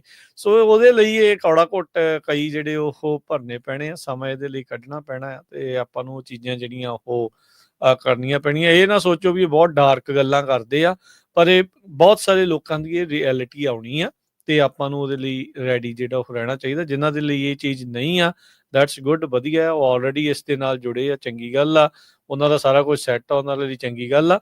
ਪਰ ਫਿਰ ਵੀ ਦੇयर ਇਜ਼ ਲੋਟ ਆਫ ਪੀਪਲ ਜਿਨ੍ਹਾਂ ਦੇ ਲਈ ਆਹੀ ਰਿਐਲਿਟੀ ਆ ਵੀ ਅੱਗੇ ਉਹਨਾਂ ਨੂੰ ਇਹ ਨਹੀਂ ਪਤਾ ਵੀ ਆਉਣ ਵਾਲੇ ਭਵਿੱਖ ਦੇ ਵਿੱਚ ਆਪਣਾ ਫਿਊਚਰ ਦੇ ਲਈ ਉਹਨਾਂ ਨੇ ਆਪਣੇ ਆਪ ਨੂੰ ਕਿੱਦਾਂ ਜਿਹੜਾ ਉਹ ਪ੍ਰੀਪੇਅਰ ਕਰਨਾ ਹੈ, ਕਿੱਦਾਂ ਜਿਹੜਾ ਉਹ ਤਿਆਰ ਕਰਨਾ ਹੈ। ਸੋ ਇਹ ਚੀਜ਼ਾਂ ਜਿਹੜੀਆਂ ਹੌਲੀ ਹੌਲੀ ਸਿੱਖਣੀਆਂ ਪੈਣੀਆਂ। ਇਹ ਓਵਰਵੈਲਮਿੰਗ ਲੱਗਦੀਆਂ ਹਰਵਿੰਦਰ, ਮੈਂ ਇੱਥੇ ਥੋੜ੍ਹੀ ਜਿਹੀ ਇਹ ਚੀਜ਼ ਵੀ ਕਰ ਵੀ ਓਵਰਵੈਲਮਿੰਗ ਆ ਯਾਰ, ਬੰਦੇ ਦੇ ਮਨ ਦੇ ਉੱਤੇ ਮਾਨਸਿਕ ਤੌਰ ਦੇ ਉੱਤੇ ਦਿਮਾਗੀ ਤੌਰ ਦੇ ਉੱਤੇ ਦਬਾਅ ਜਿਹਾ ਬਹੁਤ ਬੰਦਾ ਲੈ ਜਾਂਦਾ ਯਾਰ ਮੈਂ ਹੁਣ ਇਹਦੇ ਵਿੱਚ ਕਰਨਾ ਕੀ ਹੈ, ਰਾਹ ਕੀ ਆ ਉਹਨਾਂ ਦੇ ਲਈ ਨਾ। ਪਰ ਸਵਾਲ ਜੀ ਮੈਂ ਮਾਫੀ ਚਾਹੁੰਦਾ ਜੇ ਮੈਂ ਤੁਹਾਡੀ ਗੱਲ ਕੋਈ ਨਹੀਂ ਹਾਂਜੀ ਕਰੋ, ਕੰਟੀਨਿਊ ਕਰੋ। ਹਾਂਜੀ, ਸ਼ਾਇਦ ਆਪਣੇ ਹੈ ਨਾ ਡੇਟਾ ਡਿਸਕਨੈਕਟ ਹੋਇਆ। ਜਿਹੜੇ ਤੁਸੀਂ ਸਵਾਲ ਕਰ ਰਹੇ ਹੋ ਇਹੀ, ਜੇ ਅਸੀਂ ਇਹ ਸਵਾਲ ਐਜ਼ ਅ ਸੁਸਾਇਟੀ ਆਪਣੇ ਇਕੱਠਾਂ ਵਿੱਚ ਇਹ ਸਵਾਲ ਅਸੀਂ ਉਭਾਰ ਰਵਾਂਗੇ, ਹੈ ਨਾ, ਤੇ ਮੈਨੂੰ ਲੱਗਦਾ ਆਪਣੇ ਟਾਕ ਸ਼ੋ ਦੀ ਸਕਸੈਸ ਆ। ਠੀਕ ਆ, ਕਿਉਂਕਿ ਜਿਹੜੇ ਆਪਣੇ ਟਾਕ ਸ਼ੋ ਅਸੀਂ ਇੱਥੇ ਕਰਦੇ ਆ ਨਾ, ਇਹੀ ਸਵਾਲ ਜਿਹੜੇ ਆ ਇਹ ਕਿਉਂਕਿ ਡਿਸਕਸ ਹੋਣ, ਇੱਕ ਆਮ ਕੋਰਸ ਦਾ ਹਿੱਸਾ ਬਣਨ, ਹੈ ਜਿਹੜੇ ਡਿਸਕੋਰਸ ਅਸੀਂ ਰੈਗੂਲਰਲੀ ਕਰਦੇ ਆ, ਹਨਾ, ਅਸੀਂ ਸੱਥਾਂ ਵਿੱਚ ਇੱਥੇ ਵੀ ਸੱਥਾਂ ਵਿੱਚ ਬਹਿੰਦੇ ਆ ਇਕੱਠੇ ਹੋ ਕੇ ਕਈ ਲੋਕੀ ਸੈਰ ਕਰਦੇ ਆ ਗਰੁੱਪਸ ਵਿੱਚ, ਕਈ ਲੋਕੀ ਪਾਰਕਾਂ 'ਚ ਬੈਠ ਕੇ ਗੱਲਾਂ ਬਾਤਾਂ ਕਰਦੇ ਆ, ਕਈ ਗੁਰਦੁਆਰਾ ਸਾਹਿਬ ਵਿੱਚ, ਹੈ ਨਾ, ਮੈਂ ਵੇਖਦਾ ਹੁੰਦਾ ਬਜ਼ੁਰਗ ਬੈਠੇ ਹੁੰਦੇ ਗੱਲਾਂ ਬਾਤਾਂ ਕਰਦੇ। ਜੇ ਆਹੀ ਕੁਐਸਚਨਸ ਆ ਜਿਹੜੇ ਇਹ ਉਸ ਡਿਸਕੋਰਸ ਦੇ ਵਿੱਚ ਆਉਣ ਤੇ ਰਾਜ ਕਰਨ, ਆਪਾਂ ਸਕਸੈਸਫੁਲ ਆ। ਠੀਕ ਆ, ਹੁਣ ਕਿਉਂਕਿ ਜਿਹੜਾ ਹੱਲ ਤੁਸੀਂ ਦੱਸਿਆ ਇਹ ਕੋਈ ਸਿੰਗਲ ਪਿਲ ਟੂ ਸਵਾਲੋ ਤਾਂ ਹੈ ਨਹੀਂ ਆ, ਹੈ ਨਾ, ਹਰ ਇੱਕ ਦੀ ਜਿੱਦਾਂ ਤੁਸੀਂ ਕਿਹਾ ਸਿਚੁਏਸ਼ਨ ਵੱਖਰੀ ਆ, ਨਾ ਕਿਸੇ ਦੇ ਬੱਚੇ ਆ, ਕਿਸੇ ਦੇ ਨਹੀਂ ਆ, ਕਿਸੇ ਦੇ ਬਜ਼ੁਰਗ ਆ, ਕਿਸੇ ਦੇ ਯੰਗ ਆ, ਕੋਈ ਹੁਣ ਫੈਮਿਲੀ ਤੇ ਸੋਚ ਰਿਹਾ, ਕੋਈ ਅਜੇ ਵਿਆਹ ਨਹੀਂ ਕਿਸੇ ਨੇ ਕਰਾਇਆ, ਹੈ ਨਾ, ਕੋਈ ਪੰਜਾਬ ਦੇ ਵਿੱਚ ਬੈਠਾ, ਕੋਈ ਯੂਰਪ 'ਚ ਬੈਠਾ, ਕਿਸੇ ਕੋਲ ਸੋਸ਼ਲ ਸਿਕਿਉਰਿਟੀ ਹੈਗਾ, ਕਿਸੇ ਕੋਲ ਮੈਡੀਕੇਅਰ ਨਹੀਂ ਆ, ਹੈ ਨਾ। ਸੋ ਆਪਾਂ ਇੱਥੇ ਕੋਈ ਸਿੰਗਲ ਸਟੇਟਮੈਂਟ ਦੇਵਾਂਗੇ ਉਹਦੇ ਨਾਲ ਸ਼ਾਇਦ ਉਹਦਾ ਬੈਨੀਫਿਟ ਨਾ ਹੋਏ, ਪਰ ਸਾਡੀ ਕਨਵਰਸੇਸ਼ਨ ਤਾਂ ਗੱਲ ਕਰਦੇ ਹੈ ਵੀ ਆ ਲਓ ਸਾਡੇ ਕੋਲ ਜਾਣਕਾਰੀ, ਆ ਤੁਹਾਡਾ ਫਿਊਚਰ ਆ ਰਿਹਾ ਵਾ, ਤੇ ਇਹਦੇ ਲਈ ਤੁਸੀਂ ਬੈਸਟ ਪ੍ਰੈਪ ਕਿੱਦਾਂ ਹੋਣਾ ਉਹ, ਹੈ ਨਾ, ਤੁਸੀਂ ਸੋਚੋ। ਤੇ ਜਦੋਂ ਇਹ ਬਾਕੀ ਇਹ ਹੁੰਦੀ ਨਾ, ਲੋੜ ਕਾਢ ਦੀ ਮਾਂ ਹੁੰਦੀ ਹੈ ਇੱਕ ਪੰਜਾਬੀ 'ਚ ਕਹਾਵਤ ਆ, ਤੇ ਗੱਲ ਇਹ ਆ ਕਿ ਆਪਾਂ ਆਪਣੇ ਆਪ ਨੂੰ, ਜਿੱਦਾਂ ਤੁਸੀਂ ਗੱਲ ਪਹਿਲਾਂ ਕਹੀ ਵੀ ਬੰਦਾ ਕੀ ਕਰੇ, ਅਸੀਂ ਪੂਰੀ ਉਮਰ ਇਹੀ ਕਰੀ ਜਾਈਏ। ਸੋ ਗੱਲ ਠੀਕ ਆ, ਬੰਦਾ ਆਪਣੇ ਆਪ ਨੂੰ ਇਹ ਗੱਲ ਕਰਕੇ ਸਟੇਟਮੈਂਟ ਦੇ ਕੇ ਦਿਲਾਸਾ ਦੇ ਸਕਦਾ ਵਾ, ਪਰ ਇਹ ਵੀ ਤਾਂ ਆਪਾਂ ਨੂੰ ਦੇਖਣਾ ਪਊਗਾ ਨਾ ਫਿਊਚਰ 'ਚ ਕੀ ਆ ਰਿਹਾ ਸਾਡੇ ਸਾਹਮਣੇ ਜਾਂ ਦਿਖ ਕੀ ਰਿਹਾ ਫਿਊਚਰ ਵਿੱਚ। ਕਿਉਂਕਿ ਇਨਸਾਨ ਚਲੋ ਇਹ ਚੀਜ਼ਾਂ ਦੇ ਲਈ ਇੰਨੀਆਂ ਚਿਰ ਦੇ ਲਈ ਤਾਂ ਨਹੀਂ ਜਿਹੜਾ ਉਹ ਬਣਿਆ ਸੀਗਾ ਤੇ ਨਾ ਹੀ ਇਹ ਹੋਣਾ ਚਾਹੀਦਾ ਸੀਗਾ, ਹਾਂਜੀ। ਪਰ ਇਹ ਹੁਣ ਰਿਐਲਿਟੀ ਬਣ ਗਈ ਰਿਐਲਿਟੀ ਆ ਲਾਈਫ ਦੀ। ਦੁਨੀਆ ਦੀ, ਹੁਣ ਰਿਐਲਿਟੀ ਆ, ਲਾਈਫ ਦੀ ਰਿਐਲਿਟੀ ਆ। ਹਮ। ਸੋ ਆਪਾਂ ਇਹ ਤੋਂ ਫਾਰਗ ਨਹੀਂ ਹੋ ਸਕਦੇ, ਇਹ ਚੀਜ਼ ਜਿਹੜੀ ਇੰਨੀ ਚੀਜ਼ ਕਹਿ ਕੇ ਵੀ ਹੁਣ ਇਹੀ ਚੀਜ਼ ਕਰੀ ਜਾਈਏ। ਜੀ ਨਹੀਂ, ਇਹ ਤੁਹਾਡੀ ਗੱਲ ਠੀਕ ਆ, ਪਰ ਮੈਂ ਤੁਹਾਨੂੰ ਦੱਸਦਾ ਕਿ ਆਪਾਂ ਸਿਲਿਕਨ ਵੈਲੀ ਦੇ ਵਿੱਚ ਰਹਿੰਦੇ ਆ, ਇੱਥੇ ਥੋੜੀ ਲਾਈਫ ਜਿਹੜੀ ਆਮ ਨਾਲੋਂ ਜ਼ਿਆਦਾ ਫਾਸਟ ਹੈ ਨਾ, ਸੈਨ ਫਰਾਂਸਿਸਕੋ ਬੇ ਏਰੀਆ ਦੇ ਵਿੱਚ। ਤੇ ਪਰ ਇਹ ਜਿਹੜੇ ਇਹ ਸਭ ਤੋਂ ਵੱਧ ਪੈਸਾ ਇਸ ਏਰੀਆ ਦੇ ਵਿੱਚ ਹੋਣ ਦਾ ਕਾਰਨ ਵੀ ਇਹ ਹੈ ਕਿ ਜਿਹੜੀ ਨੌਲੇਜ ਆ ਇਸ ਏਰੀਆ ਦੇ ਵਿੱਚ ਸਭ ਤੋਂ ਵੱਧ ਆਪਾਂ ਨੂੰ ਮਿਲ ਜਾਂਦੀ ਆਸ-ਪਾਸ। ਤਾਂ ਇਹ ਦੇਖੋ ਰਾਜਕਰਨ ਕਿ ਇੱਥੇ ਜਿੰਨੇ ਪਰ ਸਕੁਅਰ ਫੀਟ ਬਿਲੀਅਨੇਰ ਆ, ਉਹ ਬੇ ਏਰੀਏ ਦੇ ਵਿੱਚ ਬਹੁਤ ਜ਼ਿਆਦਾ ਦੁਨੀਆ ਭਰ ਦੇ ਵਿੱਚ। ਸ਼ਾਇਦ ਮੈਂ ਗਲਤ ਨਾ, ਆਪਾਂ ਪਹਿਲਾਂ ਵੀ ਗੱਲ ਕਰਦੇ ਸੀ ਕਿ ਨੰਬਰ 1 ਏਰੀਆ ਹੈਗੇ, ਤੁਹਾਨੂੰ ਮੈਕਸਿਮਮ ਬਿਲੀਅਨੇਰ ਜਿਹੜੇ ਇਸ ਏਰੀਆ ਵਿੱਚ ਮਿਲ ਜਾਣਗੇ। ਹੁਣ ਇਹ ਵੇਖੋ ਕਿ ਆਪਾਂ ਬਾਰ-ਬਾਰ ਗੱਲ ਕਰਦੇ ਹਾਂ ਕਿਉਂਕਿ ਪੰਜਾਬੀਆਂ ਦੇ ਨਾਲ ਸੰਬੰਧਿਤ ਆ ਵੀ ਜਿਹੜੀ ਊਬਰ ਵਰਸਸ ਜਿਹੜੀਆਂ ਪੁਰਾਣੀਆਂ ਕੈਬਸ, ਯੈਲੋ ਕੈਬਸ ਹੁੰਦੀਆਂ ਸੀ, ਜਿਨ੍ਹਾਂ ਲੋਕਾਂ ਕੋਲ ਨੌਲੇਜ ਹੈਗੀ ਸੀ ਪਹਿਲਾਂ ਹੀ ਵੀ ਇਹ 4 ਸਾਲ ਨੂੰ ਊਬਰ ਆ ਰਹੀ ਆ, ਹੈ ਨਾ, ਜਾਂ ਇਨਵੈਸਟਮੈਂਟ ਫੰਡ ਜਿਹੜੇ ਉਸ ਪਾਸੇ ਨੂੰ ਆਪਣੇ ਇਨਵੈਸਟ ਕਰ ਰਹੇ ਬਹੁਤ ਜ਼ਿਆਦਾ ਫਿਊਚਰ ਇਹੀ ਚੀਜ਼ ਦਾ, ਉਹਨਾਂ ਨੇ ਕੀ ਕੀਤਾ 3-4 ਸਾਲ ਪਹਿਲਾਂ ਹੀ ਆਪਣੇ ਜਿਹੜੀਆਂ ਕੈਬਸ ਆ ਡੰਪ ਕਰ ਦਿੱਤੀਆਂ। ਤੇ ਜਿਨ੍ਹਾਂ ਕੋਲ ਨੌਲੇਜ ਨਹੀਂ ਸੀ, ਆਪਣੇ ਲੋਕੀ ਹੀ ਪੰਜਾਬੀ ਵੀ ਚਲੋ ਕਾਫੀ ਵੀ ਹੋਰ ਵੀ ਇਮੀਗ੍ਰੈਂਟ ਕਮਿਊਨਿਟੀ ਜ਼ਿਆਦਾ ਸੀ ਇਨ ਜਨਰਲ, ਉਹਦੇ ਵਿੱਚ ਪੰਜਾਬੀ ਵੀ ਬਹੁਤ ਸੀ। ਉਹਨਾਂ ਕੀ ਕੀਤਾ ਕਿ ਉਹਨਾਂ ਕਿਹਾ ਯਾਰ ਕੈਬਸ ਸਸਤੀਆਂ ਜਾਂ ਆਹ ਮੌਕਾ ਹੈਗਾ ਕੈਬਸ ਦੀ, ਲੈ ਲਓ। ਪਰ ਉਹਨਾਂ ਕੋਲ ਨੌਲੇਜ ਨਹੀਂ ਸੀ ਵੀ ਫਿਊਚਰ ਕੀ ਆ ਰਿਹਾ। ਸੋ ਸਾਡਾ ਟਾਕ ਸ਼ੋ ਕਰਨ ਦਾ ਇੱਥੇ ਰਾਜਕਰਨ ਮਤਲਬ ਇਹ ਵੀ ਆਪਾਂ ਆਪਣੀ ਕਮਿਊਨਿਟੀ ਨੂੰ ਕੀ ਆ ਰਿਹਾ ਫਿਊਚਰ ਦੇ ਵਿੱਚ, ਉਹਦੇ ਲਈ ਪ੍ਰੀਪੇਅਰ ਕਰੀਏ ਤਾਂ ਕਿ ਉਹ ਇਨਫੋਰਮਡ ਡਿਸੀਜਨ ਜਿਹੜੇ ਉਹ ਬਣਾ ਸਕਣ ਆਪਣੇ ਤੇ ਆਪਣੀ ਫੈਮਿਲੀਜ਼ ਦੇ ਵਾਸਤੇ। ਤੇ ਜੇ ਜਿੱਦਾਂ ਮੈਂ ਰਿਪੀਟ ਕਰਦਾ ਉਸ ਗੱਲ ਨੂੰ ਵੀ ਜੇ ਆਹ ਜਿਹੜੀ ਗੱਲਾਂ ਵੀ ਆਪਾਂ ਕੀ ਕਰੀਏ ਕੀ ਨਾ ਕਰੀਏ, ਕਰਨਾ ਚਾਹੀਦਾ ਜਾਂ ਨਹੀਂ ਕਰਨਾ ਚਾਹੀਦਾ, ਆਪਾਂ ਕਿਹੜੀ ਜਗ੍ਹਾ ਦੇ ਉੱਤੇ ਬੈਠੇ ਆ, ਸੋਸ਼ਲ ਸਿਕਿਉਰਿਟੀ ਕਿੱਦਾਂ ਵਾ, ਬੱਚੇ ਕਿੱਧਰ ਨੂੰ ਜਾ ਰਹੇ ਆ, ਜਾਂ ਬੱਚਿਆਂ ਦੇ ਲਈ ਆਪਾਂ ਕੀ ਕਰ ਸਕਦੇ ਆ, ਜਾਂ ਮੈਡੀਕੇਅਰ ਕਿੱਧਰ ਨੂੰ ਜਾ ਰਿਹਾ, ਜਾਂ ਪੋਲੀਟਿਕਸ ਜਿਹੜੀ ਉਹ ਕਿੱਧਰ ਨੂੰ ਜਾ ਰਹੀ, ਉਹਦੇ ਕਰਕੇ ਪੋਟੈਂਸ਼ੀਅਲ ਬੈਨੀਫਿਟ ਫਿਊਚਰ ਦੇ ਆਪਾਂ ਨੂੰ ਕੀ ਮਿਲਣਗੇ ਜਾਂ ਕੀ ਨੁਕਸਾਨ ਹੋਣਗੇ। ਜੇ ਇਹ ਪਾਰਟ ਬਣ ਜੇ ਡਿਸਕੋਰਸ ਦਾ, ਕਨਵਰਸੇਸ਼ਨ ਦਾ, ਤੇ ਅੱਧਾ ਹੱਲ ਉੱਥੇ ਹੋਇਆ ਸਮਝੋ। ਬਿਲਕੁਲ ਹੈ ਨਾ, ਕਿਉਂਕਿ ਜਦੋਂ ਇਹ ਗੱਲਾਂ ਨੂੰ ਆਪਾਂ ਸਲਾਹ ਕਰਦੇ ਆ, ਜਦੋਂ ਗੱਲ ਕਰਦਾ ਬੰਦਾ ਅਵੇਅਰ ਹੁੰਦਾ, ਜਦੋਂ ਅਵੇਅਰ ਹੁੰਦਾ ਦਿਮਾਗ ਉਹਦੇ ਚੁਰਾਹ ਰਸਤੇ ਨਿਕਲਦੇ, ਫੇਰ ਹੀ ਬੰਦਾ ਜਿਹੜਾ ਉਹ ਸਲਾਹ ਕਰਦਾ। ਐਜ਼ ਅ ਸੋਸਾਇਟੀ ਆਪਾਂ ਇਦਾਂ ਹੀ ਪ੍ਰੋਗਰੈਸ ਕਰਦੇ ਆ। ਹੁਣ ਯਾਰਾਂ ਦੋਸਤੀਆਂ ਦੀ ਗੱਲਾਂ ਦੇ ਵਿੱਚ ਵੀ ਐਵੇਂ ਨਹੀਂ ਆ, ਕੋਈ ਨਹੀਂ ਆ ਹੋ ਜਾਊਗਾ, ਕੋਈ ਨਹੀਂ ਇੱਥੇ ਆ ਉੱਥੇ ਆ ਬੈਠੇ ਆ, ਨਹੀਂ ਆ, ਉਹ ਅਖੀਰ ਦੇ ਵਿੱਚ ਤੁਸੀਂ ਤੇ ਤੁਹਾਡਾ ਬੈਂਕ ਬੈਲੈਂਸ ਜਿਹੜਾ ਉਹ ਨਾਲ ਰਹਿਣਾ ਆ, ਜਾਂ ਉਹੀ ਗੱਲਾਂ ਜਾਂ ਤੁਸੀਂ ਆ ਤੁਹਾਡਾ ਪਰਿਵਾਰ ਆ, ਉਹਨਾਂ ਨੇ ਔਖੇ ਜਿਹੜੇ ਆ ਸੌਖੇ ਸਮੇਂ ਦੇ ਵਿੱਚ ਜਿਹੜਾ ਨਾਲ ਰਹਿਣਾ ਆ। ਕਿਸੇ ਦੀਆਂ ਗੱਲਾਂ 'ਚ ਆ ਕੇ ਕਿਸੇ ਚੀਜ਼ ਨੂੰ ਲਾਂਭੇ ਨਾ ਕਰ ਲਿਓ, ਕਿਸੇ ਨੂੰ ਅਣਗਹਿਲੀ ਨਾ ਜਿਹੜੀ ਉਹ ਚੀਜ਼ ਜਿਹੜੀ ਉਹ ਕਰ ਲਿਓ, ਦੇਖ ਕੇ ਜਿਹੜਾ ਉਹ ਚੱਲਿਓ ਵੀ ਹਾਂ ਵਾਕਿਆ ਵੀ ਇਹ ਚੀਜ਼। ਮੈਂ ਇੱਕ ਚੀਜ਼ ਰਾਜਕਰਨ 'ਚ ਲਾਸਟ ਜਿਹੜੀ ਗੱਲ ਐਡ ਕਰਨੀ ਹੈ, ਤਾਂ ਉਹ ਮੈਂ ਦੱਸਦਾ ਵੀ ਮੈਨੂੰ ਗੱਲ ਕਿੱਥੋਂ ਪਤਾ ਲੱਗੀ। 2022 ਦੇ ਵਿੱਚ ਮੇਰੀ ਮੁਲਾਕਾਤ ਹੋਈ ਜੈਟ ਬਲੂ ਦੇ CEO ਸੀ, ਜਿਹੜੇ ਵੱਡੀ ਕੰਪਨੀ ਹੈ ਨਾ, ਤੇ ਉਹ ਹੁਣ ਤਾਂ ਰਿਟਾਇਰ ਹੋ ਗਏ, ਬਜ਼ੁਰਗ ਸੀ, ਤੇ ਉਹਨਾਂ ਨੇ ਬੜੀ ਵਧੀਆ ਗੱਲ ਕਹੀ ਹੈ ਨਾ, ਉਹ ਮੈਂ ਆਪਣੇ ਵਿਊਅਰਸ ਤੇ ਸਰੋਤਿਆਂ ਨਾਲ ਸ਼ੇਅਰ ਕਰਦਾ। ਕਹਿੰਦੇ ਕਿ ਜਿਹੜੀ ਪ੍ਰੋਗਰੈਸ ਹੁੰਦੀ ਹੈ ਨਾ, ਉਹ ਬਿਗਰ ਸਟੈਪ ਨਹੀਂ ਆਪਾਂ ਦੇਖਦੇ ਐਜ਼ ਅ CEO, ਹੈ ਨਾ, ਜਿਹੜਾ ਕਿ $4 ਬਿਲੀਅਨ ਦੀ ਆਈ ਥਿੰਕ ਉਹ ਕੰਪਨੀ ਉਹਨਾਂ ਬਾਅਦ ਵਿੱਚ ਵੇਚੀ ਸੀ, ਜਾਂ ਉਹਦੀ ਡੀਲ ਨਹੀਂ ਬਣੀ, ਗੋ ਥਰੂ ਨਹੀਂ ਹੋਈ, ਪਰ ਮਤਲਬ ਐਡੀ ਵੱਡੀ ਕੰਪਨੀ ਨੂੰ ਮੈਨੇਜ ਕਰਦੇ ਸੀ। ਤੇ ਬਾਏ ਦ ਵੇ ਉਹਨਾਂ ਦਾ ਸਿੱਖਾਂ ਦੇ ਪ੍ਰਤੀ ਬਹੁਤ ਵਧੀਆ ਪ੍ਰਤੀਕਰਮ ਸੀ, ਉਹ ਇੱਕ ਵੱਖਰੀ ਗੱਲ ਆ, ਆਪਾਂ ਫੇਰ ਲੇਟਰ ਔਨ ਕਰਾਂਗੇ। ਤੇ ਉਹਨਾਂ ਪਰ ਇੱਕ ਗੱਲ ਕਹੀ ਵੀ ਆਪਾਂ ਜਿਹੜੀ ਪ੍ਰੋਗਰੈਸ ਨੂੰ ਦੇਖਣ ਦਾ ਨਜ਼ਰੀਆ ਸਾਡਾ ਉਹ ਹੈਗਾ ਵਾ ਇਨਕਰੀਮੈਂਟਲ, ਵੀ ਜਿੱਥੇ ਅਸੀਂ ਕੱਲ ਬੈਠੇ ਸੀ ਅੱਜ ਉਹਦੇ ਤੋਂ ਸਾਡੇ ਕੋਲ ਕੀ ਜ਼ਿਆਦਾ ਅਸੀਂ ਇੰਪਰੂਵਮੈਂਟ ਕੀਤੀ, ਭਾਵੇਂ ਕਿ ਕੁਝ % ਇੰਪਰੂਵਮੈਂਟ ਕੀਤੀ ਹੈ, ਸਾਡੇ ਕੋਲ ਕੱਲ ਨਾਲੋਂ ਨੌਲੇਜ ਜ਼ਿਆਦਾ, ਉਹਦੇ ਵਿੱਚ ਸਾਡੀ ਨੌਲੇਜ ਦੀ ਇੰਪਰੂਵਮੈਂਟ ਕੀ ਹੈ, ਅਸੀਂ ਜਿਹੜਾ ਕੰਮ ਕਰ ਰਹੇ ਉਹਦੇ ਵਿੱਚ ਇੰਪਰੂਵਮੈਂਟ ਕੀ ਆ। ਕਹਿੰਦੇ ਜਿਹੜੀ ਇਨਕਰੀਮੈਂਟਲ ਹੌਲੀ ਹੌਲੀ ਕਹਿੰਦਾ ਅਸੀਂ ਹਰ ਇੱਕ ਚੀਜ਼ ਦੇ ਵਿੱਚ ਜਿਹੜੀ ਇੰਪਰੂਵਮੈਂਟ ਕਰਦੇ ਹਾਂ, ਕਹਿੰਦਾ ਬਸ ਇਹੀ ਆ ਇੱਕ ਮਾਪਦੰਡ ਸਕਸੈਸ ਦਾ। ਕਹਿੰਦਾ ਅਸੀਂ ਉਹ ਬੇਸਿਕ ਉਹਦੀ ਬੈਕਗਰਾਊਂਡ ਜਿਹੜੀ ਆ ਆਇਓਵਾ ਦੇ ਬਹੁਤ ਮਾੜੇ ਸ਼ਹਿਰ ਦੇ ਵਿੱਚੋਂ ਸੀ। ਉਹ ਕਹਿੰਦੇ ਸੀ ਸਾਡੇ ਘਰ ਦੇ ਵਿੱਚ ਰਨਿੰਗ ਵਾਟਰ ਨਹੀਂ ਹੁੰਦਾ, ਕਿਸੇ ਦਿਨ ਜੈਟ ਬਲੂ ਦਾ CEO ਬਣਿਆ। ਤੇ ਉਹ ਕਹਿੰਦਾ ਕਿ ਆਪਾਂ ਆਪਣੀ ਫੈਮਿਲੀ ਦੇ ਆਲੇ ਦੁਆਲੇ ਵੀ ਇਸ ਤਰ੍ਹਾਂ ਰੱਖਦੇ ਹਾਂ ਕਿ ਮੋਟ ਬਣਾਉਣਾ ਸ਼ੁਰੂ ਕਰ ਦਿੰਦੇ, ਪਹਿਲਾਂ ਫਾਈਨੈਂਸ਼ੀਅਲ ਹੈ ਨਾ ਪੈਰ ਧਰਾਵਾ ਕਰ ਲਿਆ, ਫਿਰ ਥੋੜੇ ਕੰਫਰਟੇਬਲ ਹੋ ਗਏ, ਫਿਰ ਫਾਈਨੈਂਸ਼ੀਅਲ ਫਿਊਚਰ ਸਿਕਿਉਰ ਕਰ ਲਿਆ, ਫਿਰ ਉਹਨੂੰ ਫਰਦਰ ਸਟਰੈਂਥਨ ਕਿੱਦਾਂ ਕਰਨਾ, ਕਹਿੰਦਾ ਸਟੈਪ ਬਾਏ ਸਟੈਪ ਪ੍ਰੋਸੈਸ ਹੁੰਦੀ। ਸੋ ਇਸੇ ਤਰ੍ਹਾਂ ਹੈ ਨਾ ਕਾਰਪੋਰੇਟ ਵਰਲਡ ਦੇ ਵਿੱਚ ਵੀ ਇਹ ਚੀਜ਼ ਹੁੰਦੀ ਕਿ ਅਵੇਅਰਨੈਸ, ਐਜੂਕੇਸ਼ਨ ਅਵੇਅਰਨੈਸ, ਹੈ ਨਾ, you step on it and you repeat it, ਠੀਕ ਆ ਜੀ। ਤੇ ਉਹਦੇ ਤੇ ਇਨਫੋਰਮੇਸ਼ਨ ਲਓ, ਉੱਤੇ ਐਗਜ਼ੀਕਿਊਟ ਕਰੋ, ਫਿਰ ਇਨਫੋਰਮੇਸ਼ਨ ਲਓ, ਫਿਰ ਐਗਜ਼ੀਕਿਊਟ ਕਰੋ, ਫਿਰ ਇਨਫੋਰਮੇਸ਼ਨ, ਫਿਰ ਐਗਜ਼ੀਕਿਊਟ, ਹੈ ਨਾ, ਇਸ ਤਰ੍ਹਾਂ ਹੀ ਵਰਕ ਹੁੰਦਾ ਵਾ ਇਨਕਰੀਮੈਂਟਲ। ਸੋ ਇਹ ਆ ਕਿ ਅਵੇਅਰ ਹੋਵੋ, ਹੋਰ ਰਿਸਰਚ ਕਰੋ ਤੇ ਗੱਲਬਾਤ ਕਰੋ, ਰਾਹ ਰਸਤੇ ਲੱਭੋ, ਇਹਨੂੰ ਕਿੱਦਾਂ ਅੱਗੇ ਲੈ ਕੇ ਜਾਣਾ ਆਪਾਂ, ਤੇ ਆਪਾਂ ਆਪਣੇ ਆਪ ਨੂੰ ਕਿੱਦਾਂ ਅੱਗੇ ਲੈ ਕੇ ਜਾਣਾ, ਤੇ ਬਸ ਇਹੀ ਆ, ਲਾਈਫ ਹੀ ਇਹ ਆ। ਲਾਈਫ ਇਹ ਬਿਲਕੁਲ। ਅੱਛਾ, ਜਾਂਦੇ ਜਾਂਦੇ ਹਰਵਿੰਦਰ ਇੱਕ ਗੱਲ ਕਰ ਲਈਏ, ਸਮਾਂ ਆਪਣਾ ਸਮਾਪਤੀ ਤੇ ਆ। ਬ੍ਰੇਕਿੰਗ ਨਿਊਜ਼ ਜਿਹੜੀ ਉਹ ਆ ਰਹੀ ਆ, ਈਲਨ ਮਸਕ ਦਾਵਾ ਕਰ ਰਿਹਾ ਆ ਵੀ ਦੇ ਉਲਟ ਬਹੁਤ ਵੱਡਾ ਇੱਕ ਬਹੁਤ ਹੀ ਵਿਸ਼ਾਲ ਸਾਈਬਰ ਅਟੈਕ ਜਿਹੜਾ ਉਹ ਹੋਇਆ ਆ, ਤੇ ਕਹਿੰਦੇ ਵੀ ਸਾਡੇ ਤੇ ਰੋਜ਼ ਹਮਲੇ ਹੋ ਰਹੇ ਨੇ, ਤੇ ਹੁਣ ਉਹਦੇ ਵਿੱਚ ਗੱਲਬਾਤ ਕਰਦੇ ਹੋਏ ਫੌਕਸ ਵਾਲਿਆਂ ਨਾਲ ਉਸਨੇ ਕਿਹਾ ਸੀਗਾ ਵੀ ਜਿਹੜੇ IP ਆ ਰਹੇ ਆ ਉਹ ਯੂਕਰੇਨ ਤੋਂ ਆ ਰਹੇ ਆ, ਵੀ ਯੂਕਰੇਨ ਵਾਲੇ IP ਜਿਹੜੇ ਇਸ ਟਾਈਮ ਸਾਹਮਣੇ ਆਏ ਆ ਵੀ ਉਹਨਾਂ ਦੇ ਦੁਆਰਾ ਜਿਹੜੇ ਸਾਡੇ ਤੇ ਐਕਸ ਦੇ ਉੱਤੇ ਸਾਈਬਰ ਅਟੈਕ ਕੀਤੇ ਜਾ ਰਹੇ ਆ। ਉਸੇ ਦਰਮਿਆਨ ਇੱਕ ਹੋਰ ਵੱਡੀ ਬ੍ਰੇਕਿੰਗ ਨਿਊਜ਼ ਨਾਲ ਇਹ ਆ ਗਈ ਆ, ਰੂਸੀ hacker group dark storm team, ਉਹਨਾਂ ਨੇ ਐਕਸ ਦੇ ਉੱਤੇ ਜਿਹੜੇ ਹਮਲਿਆਂ ਦਾ ਜ਼ਿੰਮੇਵਾਰੀ ਜਿਹੜੀ ਉਹ ਲੈ ਲਈ ਆ। ਸੋ ਰੂਸੀ ਕਿਲਨਟ ਸਮੂਹ ਦੇ ਨਾਲ ਜੁੜੀ ਆ। ਕਹਿੰਦੇ ਵੀ ਡਾਰਕ ਜਿਹੜੀ ਸਟਾਰਮ ਦੀ ਟੀਮ ਇਹ ਫੈਲਸਤੀਨ ਪੱਖੀ ਆ। ਕਹਿੰਦੇ ਵੀ ਉਸ ਟਾਈਮ ਦੇ ਉੱਤੇ ਉਹਨਾਂ ਨੇ ਚੀਜ਼ਾਂ ਜਿਹੜੀਆਂ ਉਹ ਸਾਹਮਣੇ ਆਈਆਂ ਸੀਗੀਆਂ। ਸੋ ਰੂਸ ਪੱਖੀ ਗਰੁੱਪ ਨੇ ਐਕਸ ਦੇ ਉੱਤੇ ਹਮਲੇ ਕੀਤੇ ਆ, ਤੇ ਉਹ ਦਿਖਾ ਇਦਾਂ ਰਹੇ ਸੀ ਵੀ ਜਿੱਦਾਂ ਯੂਕਰੇਨ ਤੋਂ ਹਮਲੇ ਜਿਹੜੇ ਉਹ ਕੀਤੇ ਜਾ ਰਹੇ ਆ, ਕਿਉਂਕਿ ਯੂਕਰੇਨ ਤੇ ਅਮਰੀਕਾ ਦਾ ਕਾਫੀ ਜਿਹੜਾ ਇਸ ਟਾਈਮ ਰੌਲਾ ਜਿਹੜਾ ਚੱਲ ਰਿਹਾ, ਜੋ ਕੁਛ ਜ਼ੈਲੈਂਸਕੀ ਦੇ ਨਾਲ ਇਹ ਹੋਇਆ। ਸੋ ਇਹ ਵੀ ਇੱਥੇ ਇੱਕ ਆਈ ਥਿੰਕ ਸੈਗਵੇ ਕਰ ਸਕਦੇ ਆ ਵੀ ਗੁੱਡ ਟਾਈਮ ਆ ਵੀ ਅੱਜ ਕੱਲ ਸਾਰਾ ਕੁਛ ਆਨਲਾਈਨ ਆ। ਆਪਣੇ online resources, website, emails, cloud ਨੂੰ, ਤੁਹਾਡੇ ਡਾਟਾ ਨੂੰ, ਉਸ ਨੂੰ ਬਚਾਉਣ ਦੇ ਲਈ make sure you have good ਜਿਹੜੇ ਸੌਫਟਵੇਅਰ ਆ ਜਾਂ ਐਂਟੀਵਾਇਰਸ, ਇਦਾਂ ਦੇ ਅਟੈਕ ਤੋਂ ਬਚਣ ਵਾਲੀਆਂ ਚੀਜ਼ਾਂ ਜਿਹੜੀਆਂ ਤੁਹਾਡੇ ਕੋਲ ਜ਼ਰੂਰ ਹੋਣੀਆਂ ਚਾਹੀਦੀਆਂ। ਜੀ ਹਰਵਿੰਦਰ। ਜੀ, ਦੋ ਹੀ ਮੇਰੇ ਆਨਸਰ ਇਹਦੇ ਤੇ। ਇੱਕ ਤਾਂ ਇਹ ਹੈ ਕਿ ਆਪਾਂ ਜਿਹੜੇ ਹੋਰ ਸਾਈਬਰ ਸਿਕਿਉਰਿਟੀ ਬੇਸਡ ਅਸੀਂ ਟੈਕ ਟਾਕ ਦੇ ਵਿੱਚ ਇੱਕ ਡੈਡੀਕੇਟਡ ਸ਼ੋਅ ਕੀਤਾ, ਉਹਨੂੰ ਜ਼ਰੂਰ ਸੁਣਿਓ। ਜੇ ਤੁਸੀਂ ਸਮਝਣਾ ਚਾਹੁੰਦੇ ਹੋ ਸਾਈਬਰ ਸਿਕਿਉਰਿਟੀ ਕੀ ਆ, ਤੁਸੀਂ ਆਪਣੇ ਚੈਨਲ ਦੇ ਉੱਪਰ ਜਾ ਕੇ ਉਹਨੂੰ ਸਰਚ ਕਰ ਸਕਦੇ ਹੋ। ਸਾਈਬਰ ਸਿਕਿਉਰਿਟੀ ਉੱਤੇ ਅਸੀਂ ਡੀਟੇਲ ਟਾਕ ਸ਼ੋਅ ਕੀਤਾ ਸੀ ਇਹਦੇ ਉੱਪਰ।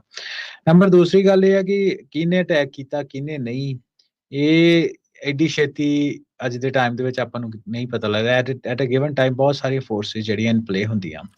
ਦੇਖਣ ਨੂੰ ਇਹ ਨਹੀਂ ਯਕੀਨ ਨਹੀਂ ਆਉਂਦਾ ਕਿ ਰਸ਼ੀਅਨ ਅਟੈਕਰਸ ਨੇ ਅਟੈਕ ਕੀਤਾ ਹੋ, ਕਿਉਂਕਿ ਜਿਹੜੀ US ਦੀ ਰਜਾਇਮ ਆ ਇਹਦਾ ਇਸ ਟਾਈਮ ਦੇ ਉੱਤੇ ਮੁੱਖ ਬੈਨੀਫਿਟ ਜਿਹੜਾ ਉਹ ਰਸ਼ੀਆ ਹੀ ਜਾ ਰਿਹਾ ਵਾ, ਹੈ ਨਾ। ਸੋ ਜਿੱਦਾਂ ਆਪਣੇ ਨਹੀਂ ਹੁੰਦਾ ਕਿ ਕਿਸੇ ਬੰਦੇ ਨੂੰ ਪੰਜਾਬ ਦੇ ਵਿੱਚ ਪੁਲਿਸ ਨੇ ਫੜਨਾ ਤੇ ਉਹਨੇ ਕਹਿਣਾ ਇਹ ਪਾਕਿਸਤਾਨ ਵੱਲੋਂ ਸਪਾਂਸਰਡ ਆ, ਹੈ ਨਾ, ਜਾਂ ਜੋ ਵੀ ਆ, ਇਹਦੀ ਜ਼ਿੰਮੇਵਾਰੀ ਫਲਾਣੀ ਜਥੇਬੰਦੀ ਨੇ ਲੈ ਲਈ ਹੈ ਜਾਂ ਨਹੀਂ ਲਈ। ਸਾਨੂੰ ਅੱਜ ਦੇ ਸਾਰਿਆਂ ਨੂੰ ਹੀ ਪਤਾ ਵੀ ਕਿੱਦਾਂ ਉਹ ਜਿਹੜੀਆਂ ਗੱਲਾਂ ਬਾਤਾਂ ਬਣਦੀਆਂ, ਹੈ ਨਾ।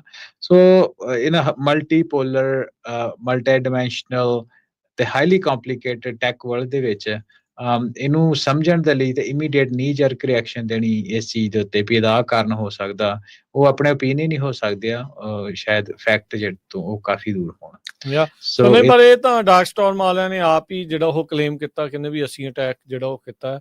ਸੋ ਉਹਨਾਂ ਦਾ ਆਪਣਾ ਜਿਹੜਾ ਇਹ ਬਿਆਨ ਆਇਆ ਅਸਲੀ ਆ ਨਕਲੀ ਆ ਕਿੱਦਾਂ ਆ। ਸੋ ਇਹ ਜਿਹੜੀ ਲੇਟੈਸਟ ਚੀਜ਼ ਜਿਹੜੀ ਉਹ so good for information, but ਉਹ ਤੋਂ ਕੁਝ ਅਜੇ ਆਪਾਂ ਕਨਕਲੂਜਨ ਕਰਨ ਤੋਂ ਥੋੜਾ ਆਪਾਂ ਨੂੰ ਸੰਕੋਚ ਕਰਨਾ ਚਾਹੀਦਾ। ਸੋ ਇਹ ਚੱਲਦੇ ਰਹਿੰਦੇ ਆ ਤੇ ਇਹ ਕੁਛ ਹੋ ਹੀ ਜਾਣਾ, ਜਿੱਦਾਂ ਤੁਸੀਂ ਕਿਹਾ ਵੀ ਕਈ ਜਿਹੜੀਆਂ ਫੋਰਸਿਸ ਖੱਬਿਓਂ ਸੱਜਿਓਂ ਉੱਤੇ ਥੱਲਿਓਂ ਜਿਹੜੀਆਂ ਉਹ ਚੱਲ ਰਹੀਆਂ ਹੈਗੀਆਂ। ਸੋ ਐਕਸ ਵਾਲੇ ਸ਼ਿਕਾਇਤ ਕਰ ਰਹੇ ਆ, 40,000 ਤੋਂ ਵੱਧ ਡਾਊਨ ਡਿਟੈਕਟਰ ਦੇ ਉੱਤੇ ਲੋਕਾਂ ਨੇ ਸ਼ਿਕਾਇਤ ਕੀਤੀ ਆ ਵੀ ਉਹ ਅਨਏਬਲ ਨੇ ਇਸ ਟਾਈਮ ਲੌਗਇਨ ਜਿਹੜਾ ਉਹ ਕਰਨ ਨੂੰ। ਸੋ ਸਾਈਬਰ ਅਟੈਕ ਕਹਿੰਦੇ ਵੀ ਐਕਸ ਦੇ ਉੱਤੇ ਇਸ ਟਾਈਮ ਚੱਲ ਰਿਹਾ ਹੈਗਾ ਆ। ਤੇ ਹਰਵਿੰਦਰ, ਸਮਾਂ ਵੀ ਆਪਣੇ ਪ੍ਰੋਗਰਾਮ ਦਾ ਸਮਾਪਤ ਹੋ ਗਿਆ ਤੇ ਇੱਥੇ ਆਪਾਂ ਲਵਾਂਗੇ ਹੁਣ ਇਜਾਜ਼ਤ। ਤੇ ਮਿਹਰਬਾਨੀ, ਮਿਲਦੇ ਹਾਂ ਅਗਲੀ ਵਾਰੀ। ਸਭ ਨੂੰ ਪਿਆਰ ਭਰੀ ਸਤਿ ਸ਼੍ਰੀ ਅਕਾਲ।